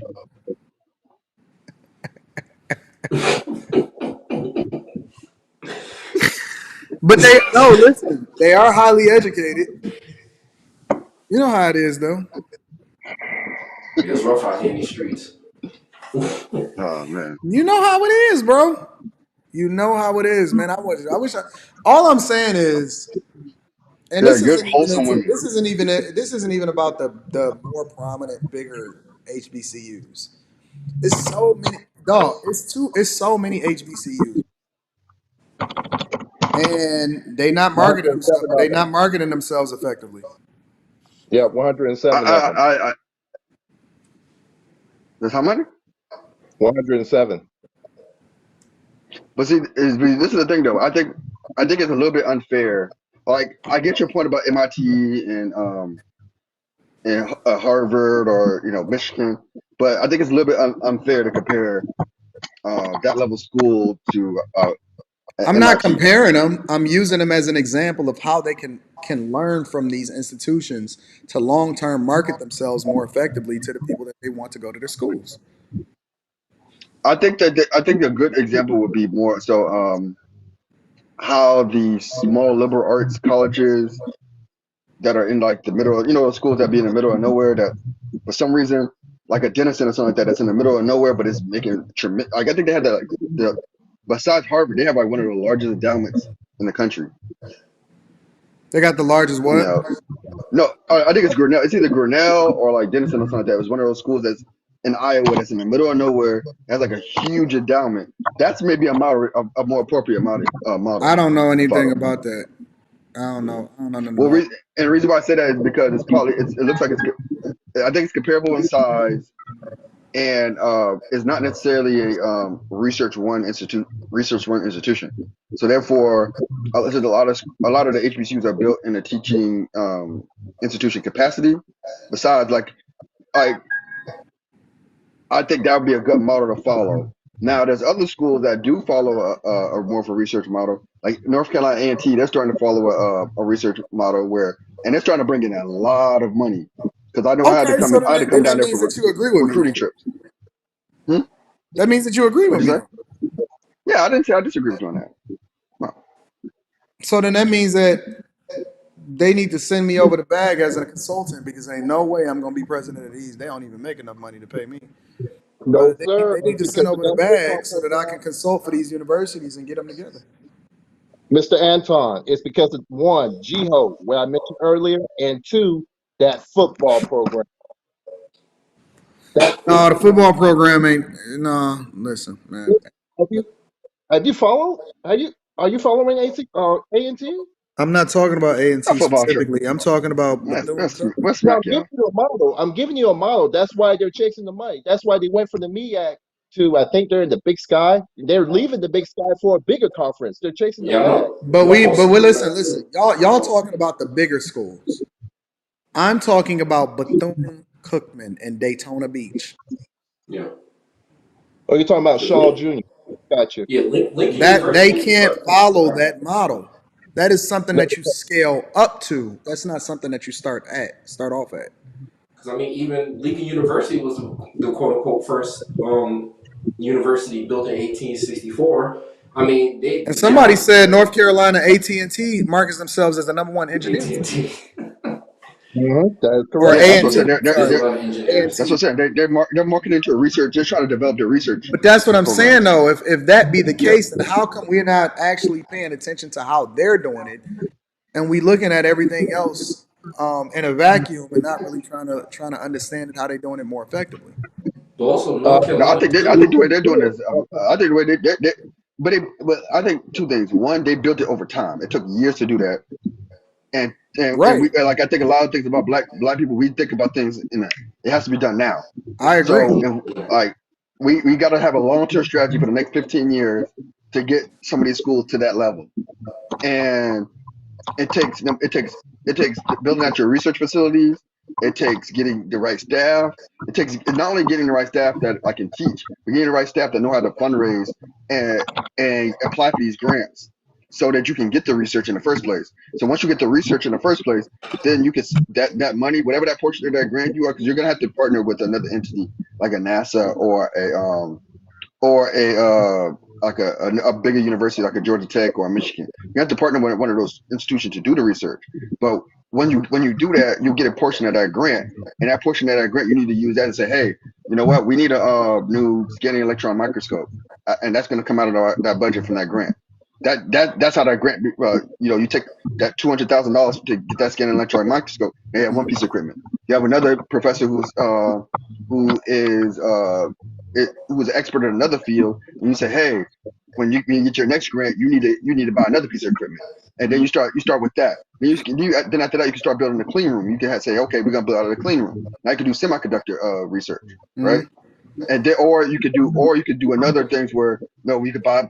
You can have someone who's an expert in biology. They could bring in No, a couple I agree. I mean, grants. Michigan, University of Michigan, literally built a electric city that basically simulates, and they didn't did this years ago, where it simulates an entire city of basically building roads, that smart roads that allow for electric cars to be able to navigate without any kind of driver. Right. That's a part of their research that they've done in order to really be able to mine out all of the grants that comes along. You know what I'm saying? So Yeah, a lot of times we don't have these conversations. The only thing that we have is, well, we don't like the AD, or we don't like the internal. Like, that's a distraction from the real issues that we can be solving for with real solutions. Because the only thing that people like to do is complain, and they're not actually solutioning. See, I shouldn't even care. I genuinely shouldn't even care because I've never went to a HBCU. It's not But even you, my are- but lane. you, but you are part of an HBCU, though. No, I'm not. Yes, you are. How? I'm going deep on you, but yeah, your skin How? color, man. No, I'm not. Yeah, you are. How am I part of a historically black college? You talking to sir in the upper right hand corner? Did you go to HBCU? I come on late. The one with the You black told me? sweater. They Yes, sir. both. Yeah, I went to Yeah, Lincoln. they both went to Yeah. HBCUs. I didn't. You talking to three brothers that went to HBCU? I'm assuming you What went does to that got to do with HBCU. me? I didn't go to a HBCU. You're still connected. It doesn't No, matter I'm whether not. or not. You're still No, I'm not. connected. No, I'm not. I Yeah. have not spent You $1. I have not spent $1 at an HBCU. don't have to spend $1. The You only don't. the only I way that I'm don't. connected to an HBCU is them Spelman girls. I did open the door. I opened the door. I did open the door. Yeah, I Shout out to my Spelman ladies. We love y'all. What up, Tien? hey, we love Spellman. We love Spellman in the house. did. We love y'all. So do we love Spelman. Well, peace out, man. I gotta go, man. All right, big dog. Thank you. We love Spelman. What up, Tien? What's going on, brother? How you doing? Chilling, chilling. What's the word? All right, so you know, I just wanted to jump in this conversation, just where you all were talking about, marketing and what's the difference between the university marketing itself versus what its constituency actually does. And from what I can tell, it seems like the people who have the most negative, mostly, generally speaking, the people who have the most negative things to say about HBCUs Mm-hmm. are the people that either did not attend an HBCU themselves, Mm-hmm. or they failed. They dropped out. You know, they I they differ. they I failed the beg to HBCU, or differ. the HBCU failed them. I beg to And differ. I think that the people that have the most to say about HBCUs are the people that's actually went to the HBCUs. well, that's not this why I'm making a distinction. Mm-hmm. The people that went to an HBCU dropped out, never actually graduated, versus the people who were So how do you explain this? successfully How do you graduated explain this right and here then? completed. How do you explain these people right here? Man, Dude on the left not even I'm black. let's How let's do you let's talk explain these about it. people?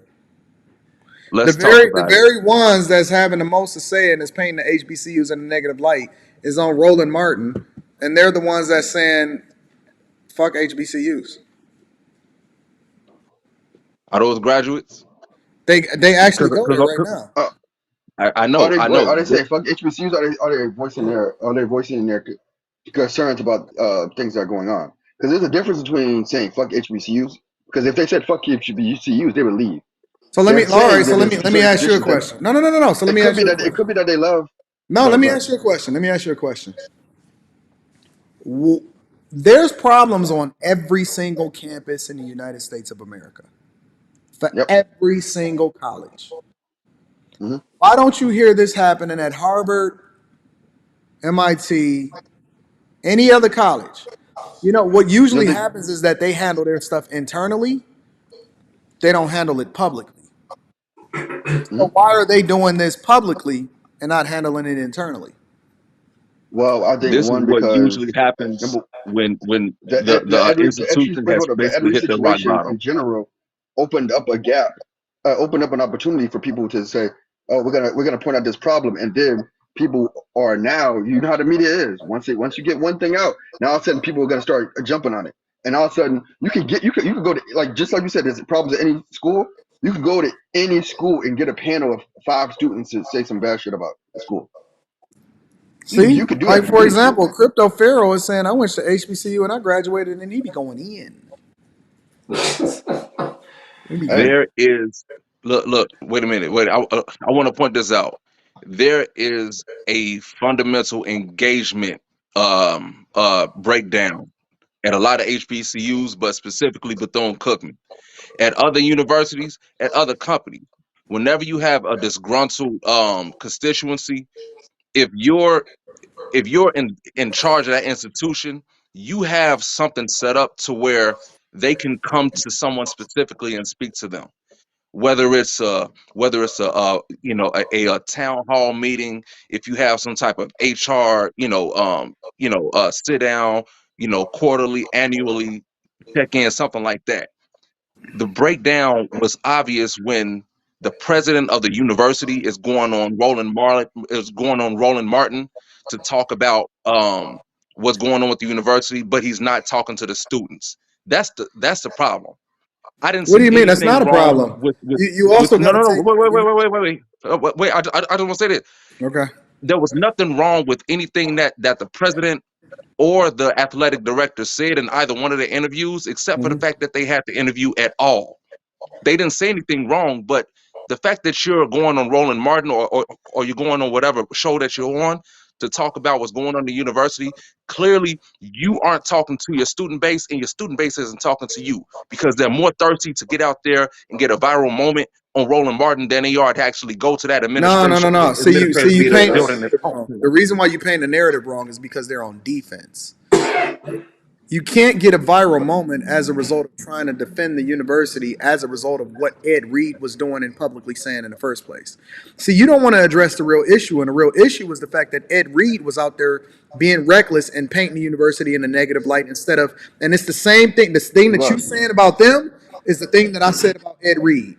I said, why didn't Ed Reed raise these questions to them first before going on social media in order to try to shoot a documentary and get a viral moment? Now they So have to play defense in order to continue to paint the university in a positive light and also to keep interest possibly up for potential students that can go there in the future. But if Ed Reed hadn't never did this in the first place, you would have never seen him on Roller Martin. I Because wait, even disagree with too, you because wholeheartedly. and I let me that's say disagree what I with was this you trying real to say. quick. wholeheartedly, Hold on, let me and step in real here's the quick. reason why I Let me step in disagree real with quick. you But wholeheartedly is let me because say something real quick. go There was ahead, a go ahead. situation at Lincoln University that happened. This was a while ago. Somebody actually put the word nigga on the sign. Now it went on Instagram, but it never went on the news, and they handled that internally. The thing that Anton is basically saying is, rather if it was a situation, it should have been handled in house, not just being Yep, blasted on social media and putting everything in business. That's just like saying your wife or some cheating on you, and you put it I was on about to social say the media. same thing, bro. It's put it on social media instead of yep, just being like, "Hey, I got a If situation." you see me You know, happen, if something happens inside of my house, if it ain't positive, you would never know about it.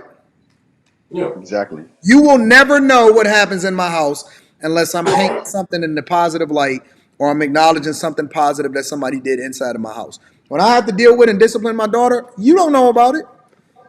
If me and my chick decide to get into a discussion that we have to, you know what I'm saying, get a little bit more deeper diving into something, you will never know about it. You're going to see the end result that's positive because you don't air family business or you don't air business that's going on internally, externally, and then expect for people to feel good about it. That's not how things go. Yep, Look, My chick bet look, not look. ever, let me tell you something. My chick bet not ever, not one time, ever go on social media talking about me in any way other than beautiful. Not one day. Don't you sit here talking about airing no dirty laundry. It's going to be problems. It's going to be some real problems. We handle this internally. The chain of command goes up. She comes to me, I address it, and then we deal with it accordingly. But you don't go out there and track the same way that Aaron. See, listen, Aaron at the bottom here, he knows that some of these that Morehouse got some issues. He know that this is meant the majority of the men on the Morehouse campus is zesty. He knows that Majority? Morehouse Come he on. knows that Morehouse has a gay problem. Okay, he knows that Yeah, Lincoln had it too. Morehouse has an internal issue with butt pirates. Okay, that is a fact. You will never get Aaron to admit that because Aaron is a Morehouse man and he says that he's going to always paint Morehouse in a positive light. Now, Aaron may go on campus and say, listen, we got to do something about this butt pirate problem. However, to us, Aaron is never going to admit that Morehouse has a butt. See, look at him shaking his head.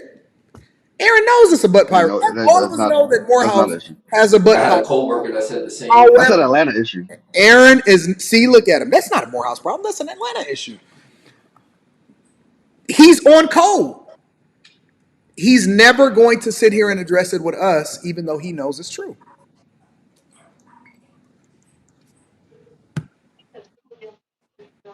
Look. I want to draw an analogy real quick. You know, we're all kind of hip hop rap fans, or at least we're familiar, right? You'll hear somebody diss Jay-Z a million times, and you'll never hear a reply for it. Why is that? You tell me.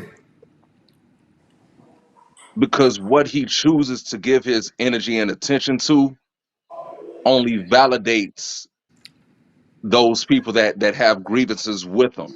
That's not true. Ed Reed, Ed Reed You're wrong. proved You're wrong. repeatedly, You're Ed wrong. Reed proved repeatedly that he's somebody that you don't even need to go and say, oh no, Ed Reed is, You're oh wrong. no, well, he's not Ed Reed. They should have let him go That out you're wrong in a in your blaze of analogy. glory, You're wrong in your talking analogy all. Okay, how so? How so? because Jay-Z competes with the people that is on his level, right? And so I give you an example. The reason why you got Ether is because Jay-Z was too busy responding in Takeover. Then he caught that wrath, that Ether Jay-Z thing that made make Takeover. correct. But Ether never would. Jay-Z made Takeover as a result of going back and forth with Nas prior to, and then he said, all right, I'm about to put this to rest. He didn't know Nas was sitting there with Ether, right? Should Nas had never responded with Ether when Jay-Z made Takeover? Should he have been above it? No. He shouldn't have responded. Nas should have never brought out Ether. Well, He that's had to. that's He had debatable. to. That's He had debatable. to. I want to get to a rap debate, but okay, Now, I'll say yes, he should have. wait. Now, you can Yes, he say should have. that Yes. Jay-Z has grown to a point as a billionaire that he should be above certain things, or the way in which he responds may be completely different than he does publicly now. But to use that as an example is hypocritical because Jay-Z was one of the biggest people that liked to respond. Listen, not only did he respond with Takeover, he addressed Mobb Deep, who was lower than him, right? He addressed a lot of people in that song Hmm. that he, quote unquote, reason why you should have never addressed him. See, you looking at the Jay-Z now that's a billionaire. That's You're not that's. looking at the Dame Diddy, Dame Daddy, Dame Dash, or Dame Dummy. Oh, I get it. Oh, you I Biggie and you wouldn't. Puffy. Rockefeller I died of would. AIDS. That was the end of his chapter. And that's the dude you chose to name your company after? Get it together. I rock hoes, y'all rock fellas. And now y'all want to take my spots, fellas? You ain't paying attention to that part. And are you paying attention to the fact that even after all of that, Jay-Z signed Nas? Nas was an employee of Jay-Z. No, you moving the goalpost now. You said that it's Nah, they ain't another reason. moving You the said it's a goalposts reason. because if you You want to said talk it's a about Hove, reason then you got why to talk Jay about Z Hove now. don't. You said it's a reason why Jay Z don't respond. He does. To most people, to most of his And now you detractors, he changing it. doesn't do so. Huh? Now you changing it. You moving the goalpost. No. That's why I said initially is that Jay-Z doesn't respond to most of the people that have something to say about him because if he responds to everybody, every jazzo, He every I responded don't to know, Petey Jazzo. Crack. He responded to Jazzo too.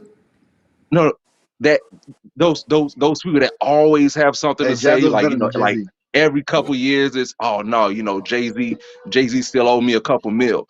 Jay's gonna come out maybe 5 years later and give us a subliminal, but he's not gonna go back and forth with people the way that you see the administration of Bethune-Cookman going back and forth with Ed Reed. And the reason why is because I That's guarantee exactly what he if did. it When Dame Dash went on a rant and he was doing podcast after podcast after podcast talking about Jay, Jay responded accordingly. that's Dame Dash. And that's But Ed see, Reed. but you know what though? I think I think you're missing something. This sometimes it's appropriate to ignore it, right? It's appropriate to ignore it. Hey, if it's a random Instagram post, yeah, about somebody random, you can ignore that. You don't gotta pay that attention. Yeah, he's not But gonna then respond to sometimes when you every try to single ignore it, person that it says turns something. right. That's what I'm I saying. got you. Sometimes Listen, you ignore it, it turns I'll into give you an a force example. fire. I'll give you an example. People say stuff and they say stuff to me, right? And sometimes it's a person with 30 subscribers. Sometimes it's a person with 1,300 subscribers. Sometimes it's a person with 13,000 subscribers. I don't respond to them. Now, when it's a person with 113,000 subscribers, now we can fight a little bit more, right? Because now is worth me addressing. My point is that you grow to a space to where you don't have to necessarily respond to everything. And even if I do respond, sometimes I may not respond outwardly, but I may respond behind the scenes doing something a little bit differently. My point is that it was necessary for them to respond and clear the air. And if you hadn't heard nothing about them, then you would have been even more bothered and you've been throwing them up under the bus. As a matter of fact, I think that them responding actually made Ed Reed look more stupid. I disagree. I disagree. It made them look more incompetent because they're responding to a stranger that they've only known for 3 weeks that had a good But the resume. world knows There's that a lot of person. people that got a The good world the resume, world knows that and person the though. man was there for 3 weeks, made an ass out of himself, and caused a whole media clown show, and then left, and then So proceeded to do the same thing with who Shannon Sharp and a whole bunch of other people. For what? Why? Why would I respond to you? I'm the president of a university. what do you mean? Why would I What does respond? that mean? Because he was literally responding not just to him, he was responding to the public and he was responding to the students that was protesting on the campus. The right thing to do would have been to put out a press release via the official Bro, this is university platform 2023, and leave bro. it at that. Elon Musk That responded. don't Elon Elon Musk Musk's literally will social retweet media something and track respond. record is terrible. What do you mean? He's the most prominent, one of the most influential men today, and he responds to people accordingly. How can you And criticize Elon Musk? it's a media clown show. It's a media circus It's not. surrounding It's Elon the Musk way in which, because see, he does engage. I know your problem. I realize what your problem is. You stuck in the 90s. Okay, go ahead. You stuck in the 90s. You think that the way in which we communicate and the battle is by doing things above board and never responding to it. That's not how it works nowadays. You have to be strategic and you have to start you have to respond to certain things accordingly in order to put out certain fires. This is not 1990, man. This is 2023. And somebody can kill your name and ruin your opportunities literally with the typing of a keyboard. You don't just Ed put out a Reed. press release. Don't nobody reads press releases. As a matter of fact, a Oh, lot they of do. times people get convicted in the court of public opinion before they ever even lose their job or go to court. But we're talking Sometimes in about an fact institution that's still going to be when they send receiving an thousands of. apology, wait, when somebody sends an apology, you know what they do? Like, you know how if they have this huge scandal or whatever comes out, and it turns out that person didn't do it, you know what they do? They send out a press release in the back of the newspaper, and no one will read it. They can still say they apologize, but it's in the back of the. No one's gonna read your press release. Not when everything's on fire. Listen, if somebody comes out and they say some egregious shit about me, I may ignore it depending on who it is or what it is that we're talking about.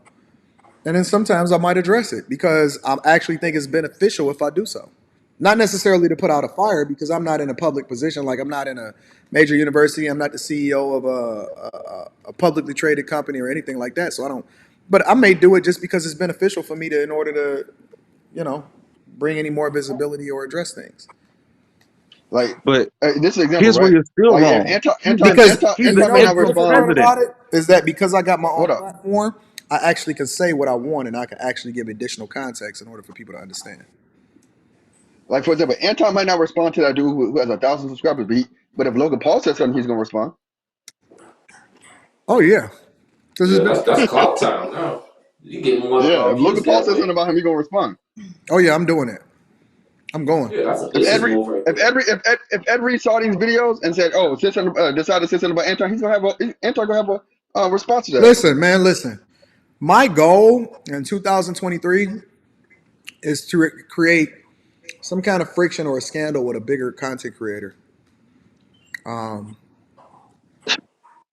And that's the difference. He's the He president. takes this He off. he's the interim president of a university. He's not a social. He's he he's not in the same space that you are. we all Ed are in the Reed same is a space. celebrity. We're all in the same space. All of us. Who was looking to hear from the interim president of Bethune-Cookman while all of this is going on? I would have never expected to Let me hear tell you from something. the interim If president. it's me, This dude doesn't even have a guaranteed job. if it's me, He's speaking on listen. behalf If of a I if I university. was him, if you take It's the me president. and you put me as the intern president of Bethune-Cookman, and I had the opportunity in order to market myself more effectively and get on social media and create some more visibility for myself, bro, I think that he did himself a disservice in that he didn't go in even harder. I'd have been like, yeah, Reed, he didn't even have a job. Like I would have went in. Like listen. They lucky that Anton don't have that level of visibility for those type of positions because I'm gonna be different. I'm going all the way in, and I'm gonna be like, And and I'm then gonna just say it. I'm gonna be like, and look at him.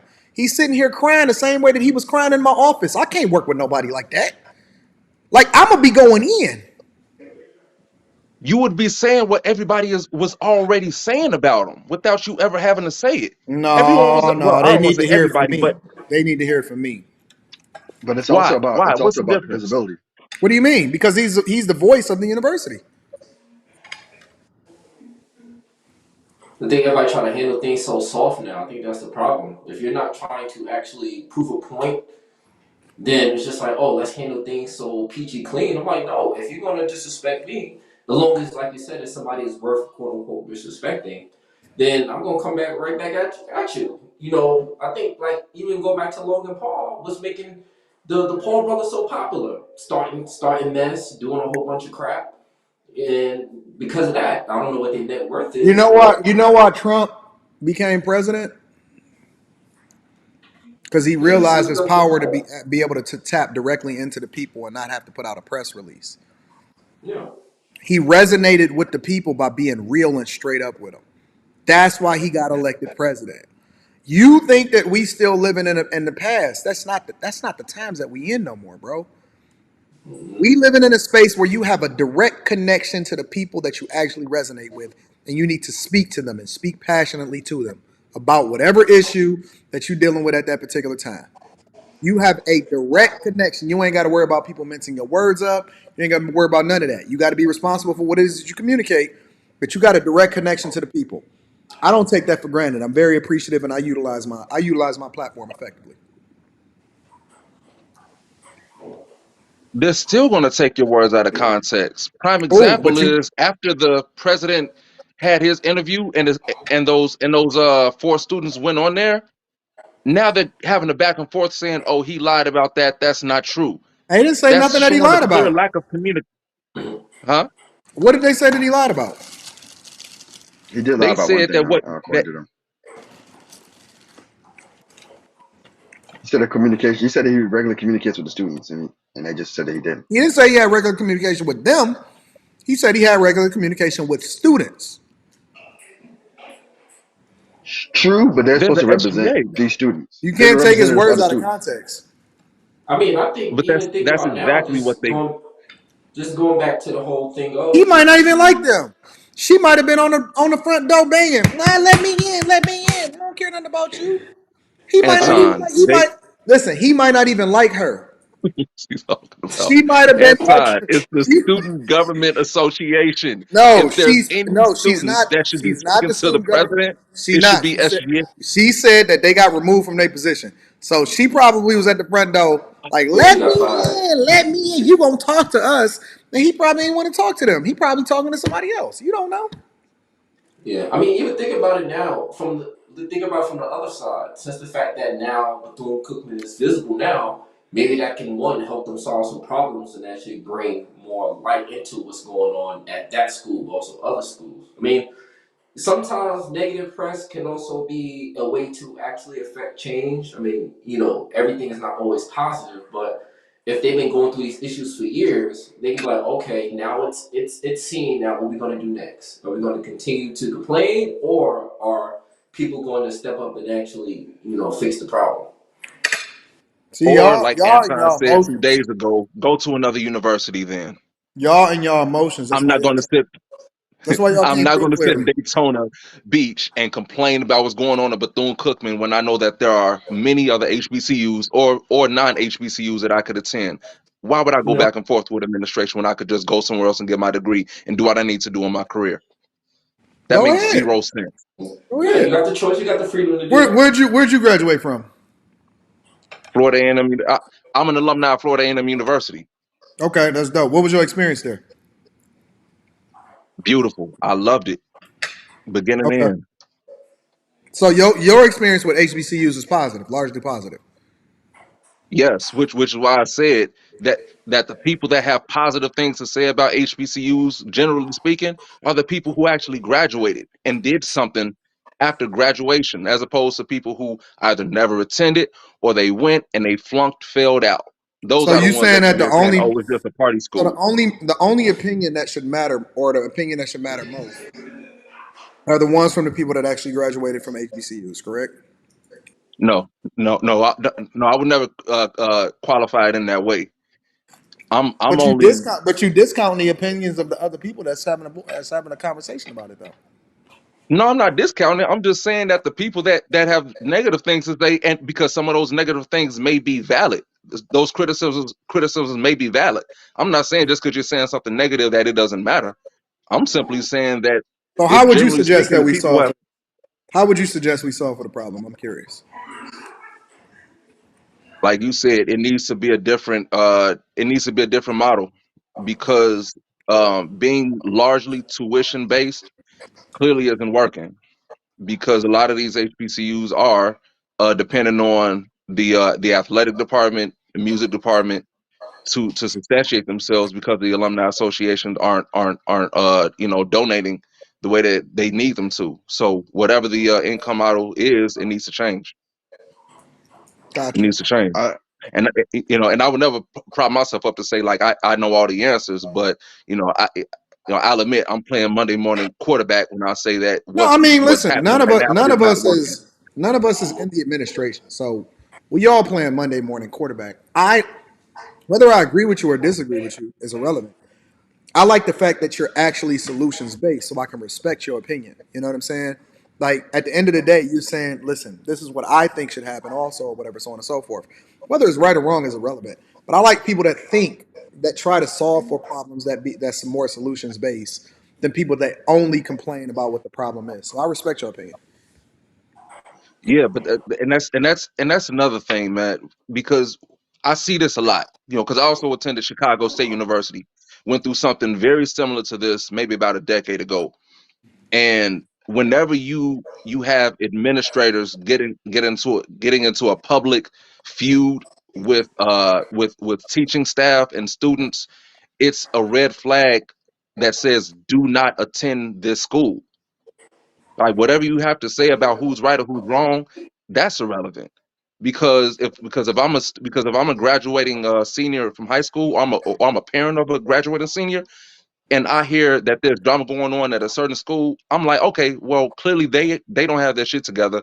We need to look somewhere else, Which is in why state it or out was of state. necessary, and you proving my point, which is why it was necessary for him to come online to better illustrate exactly what is really happening at the university because you're making an assumption and you're looking for a different school based off of a limited amount of information. That's exactly why I say it's necessary for him to be visible and to start saying the other side of the story. It's still going to be limited information because as of right now, The last thing that we saw was the president saying to Roland Martin, I would love for you to come down and you can host a town hall with the students. Why the fuck do you need Roland Martin to come to your university to He to doesn't need establish him. He an open knows Roland dialogue Martin is between not you going to and come your down own to the students? university, but he's making him eat his own words from a person that has a lot of criticism, but is not actually on the campus. It's a strategic move, man. It's But also It's less that's chess. assuming visibility. that Even the if he comes board on campus, less actually allows visibility. that to happen. It's chess, You not got to keep that checkers. in mind too. It's chess, not checkers, bro. Even if he does come I to campus, don't. that's visibility. Well, listen, I love y'all. I appreciate y'all. Thank y'all for coming on the platform. I did not expect to be live streaming this long, but you guys forced me to. You forced my hand. Yo, Peace and love to Morehouse is the best everybody, school in the man. world. Peace. We appreciate it.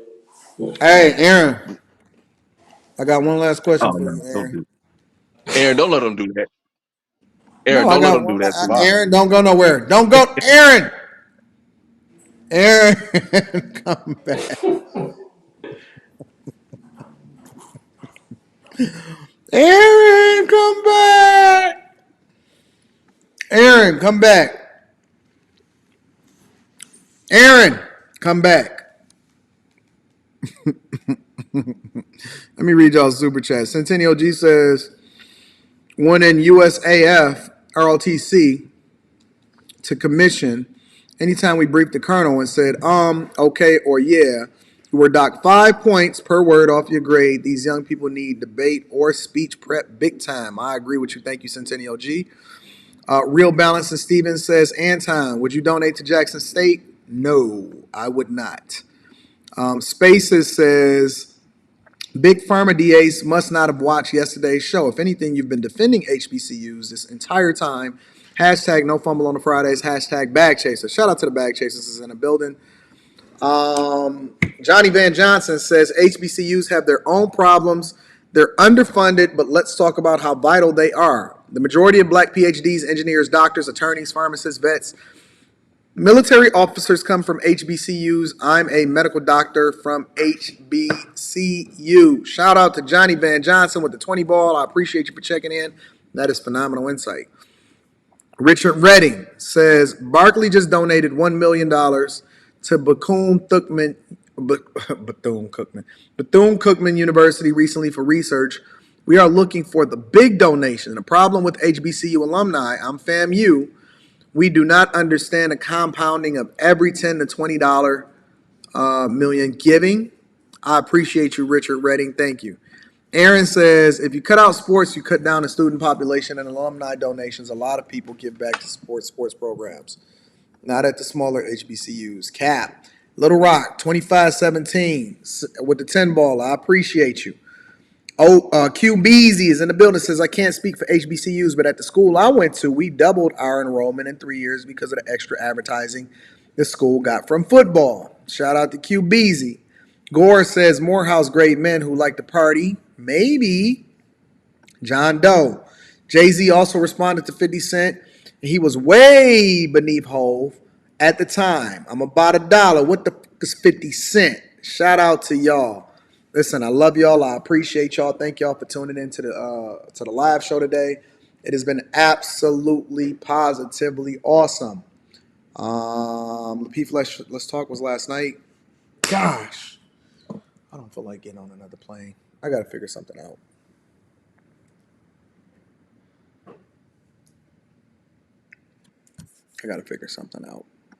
Listen, I love y'all. I appreciate y'all. I am going to holler at y'all later. I need y'all to do me one for. Ooh, my baby is home. I say Leslie's home. Leslie. Leslie is home. I need y'all to do me one more favor before we get up out of here, fam. Make sure you share this with your family and friends. We don't want to be successful by ourselves. I love y'all. I appreciate y'all. I am going to holler at y'all later. Peace.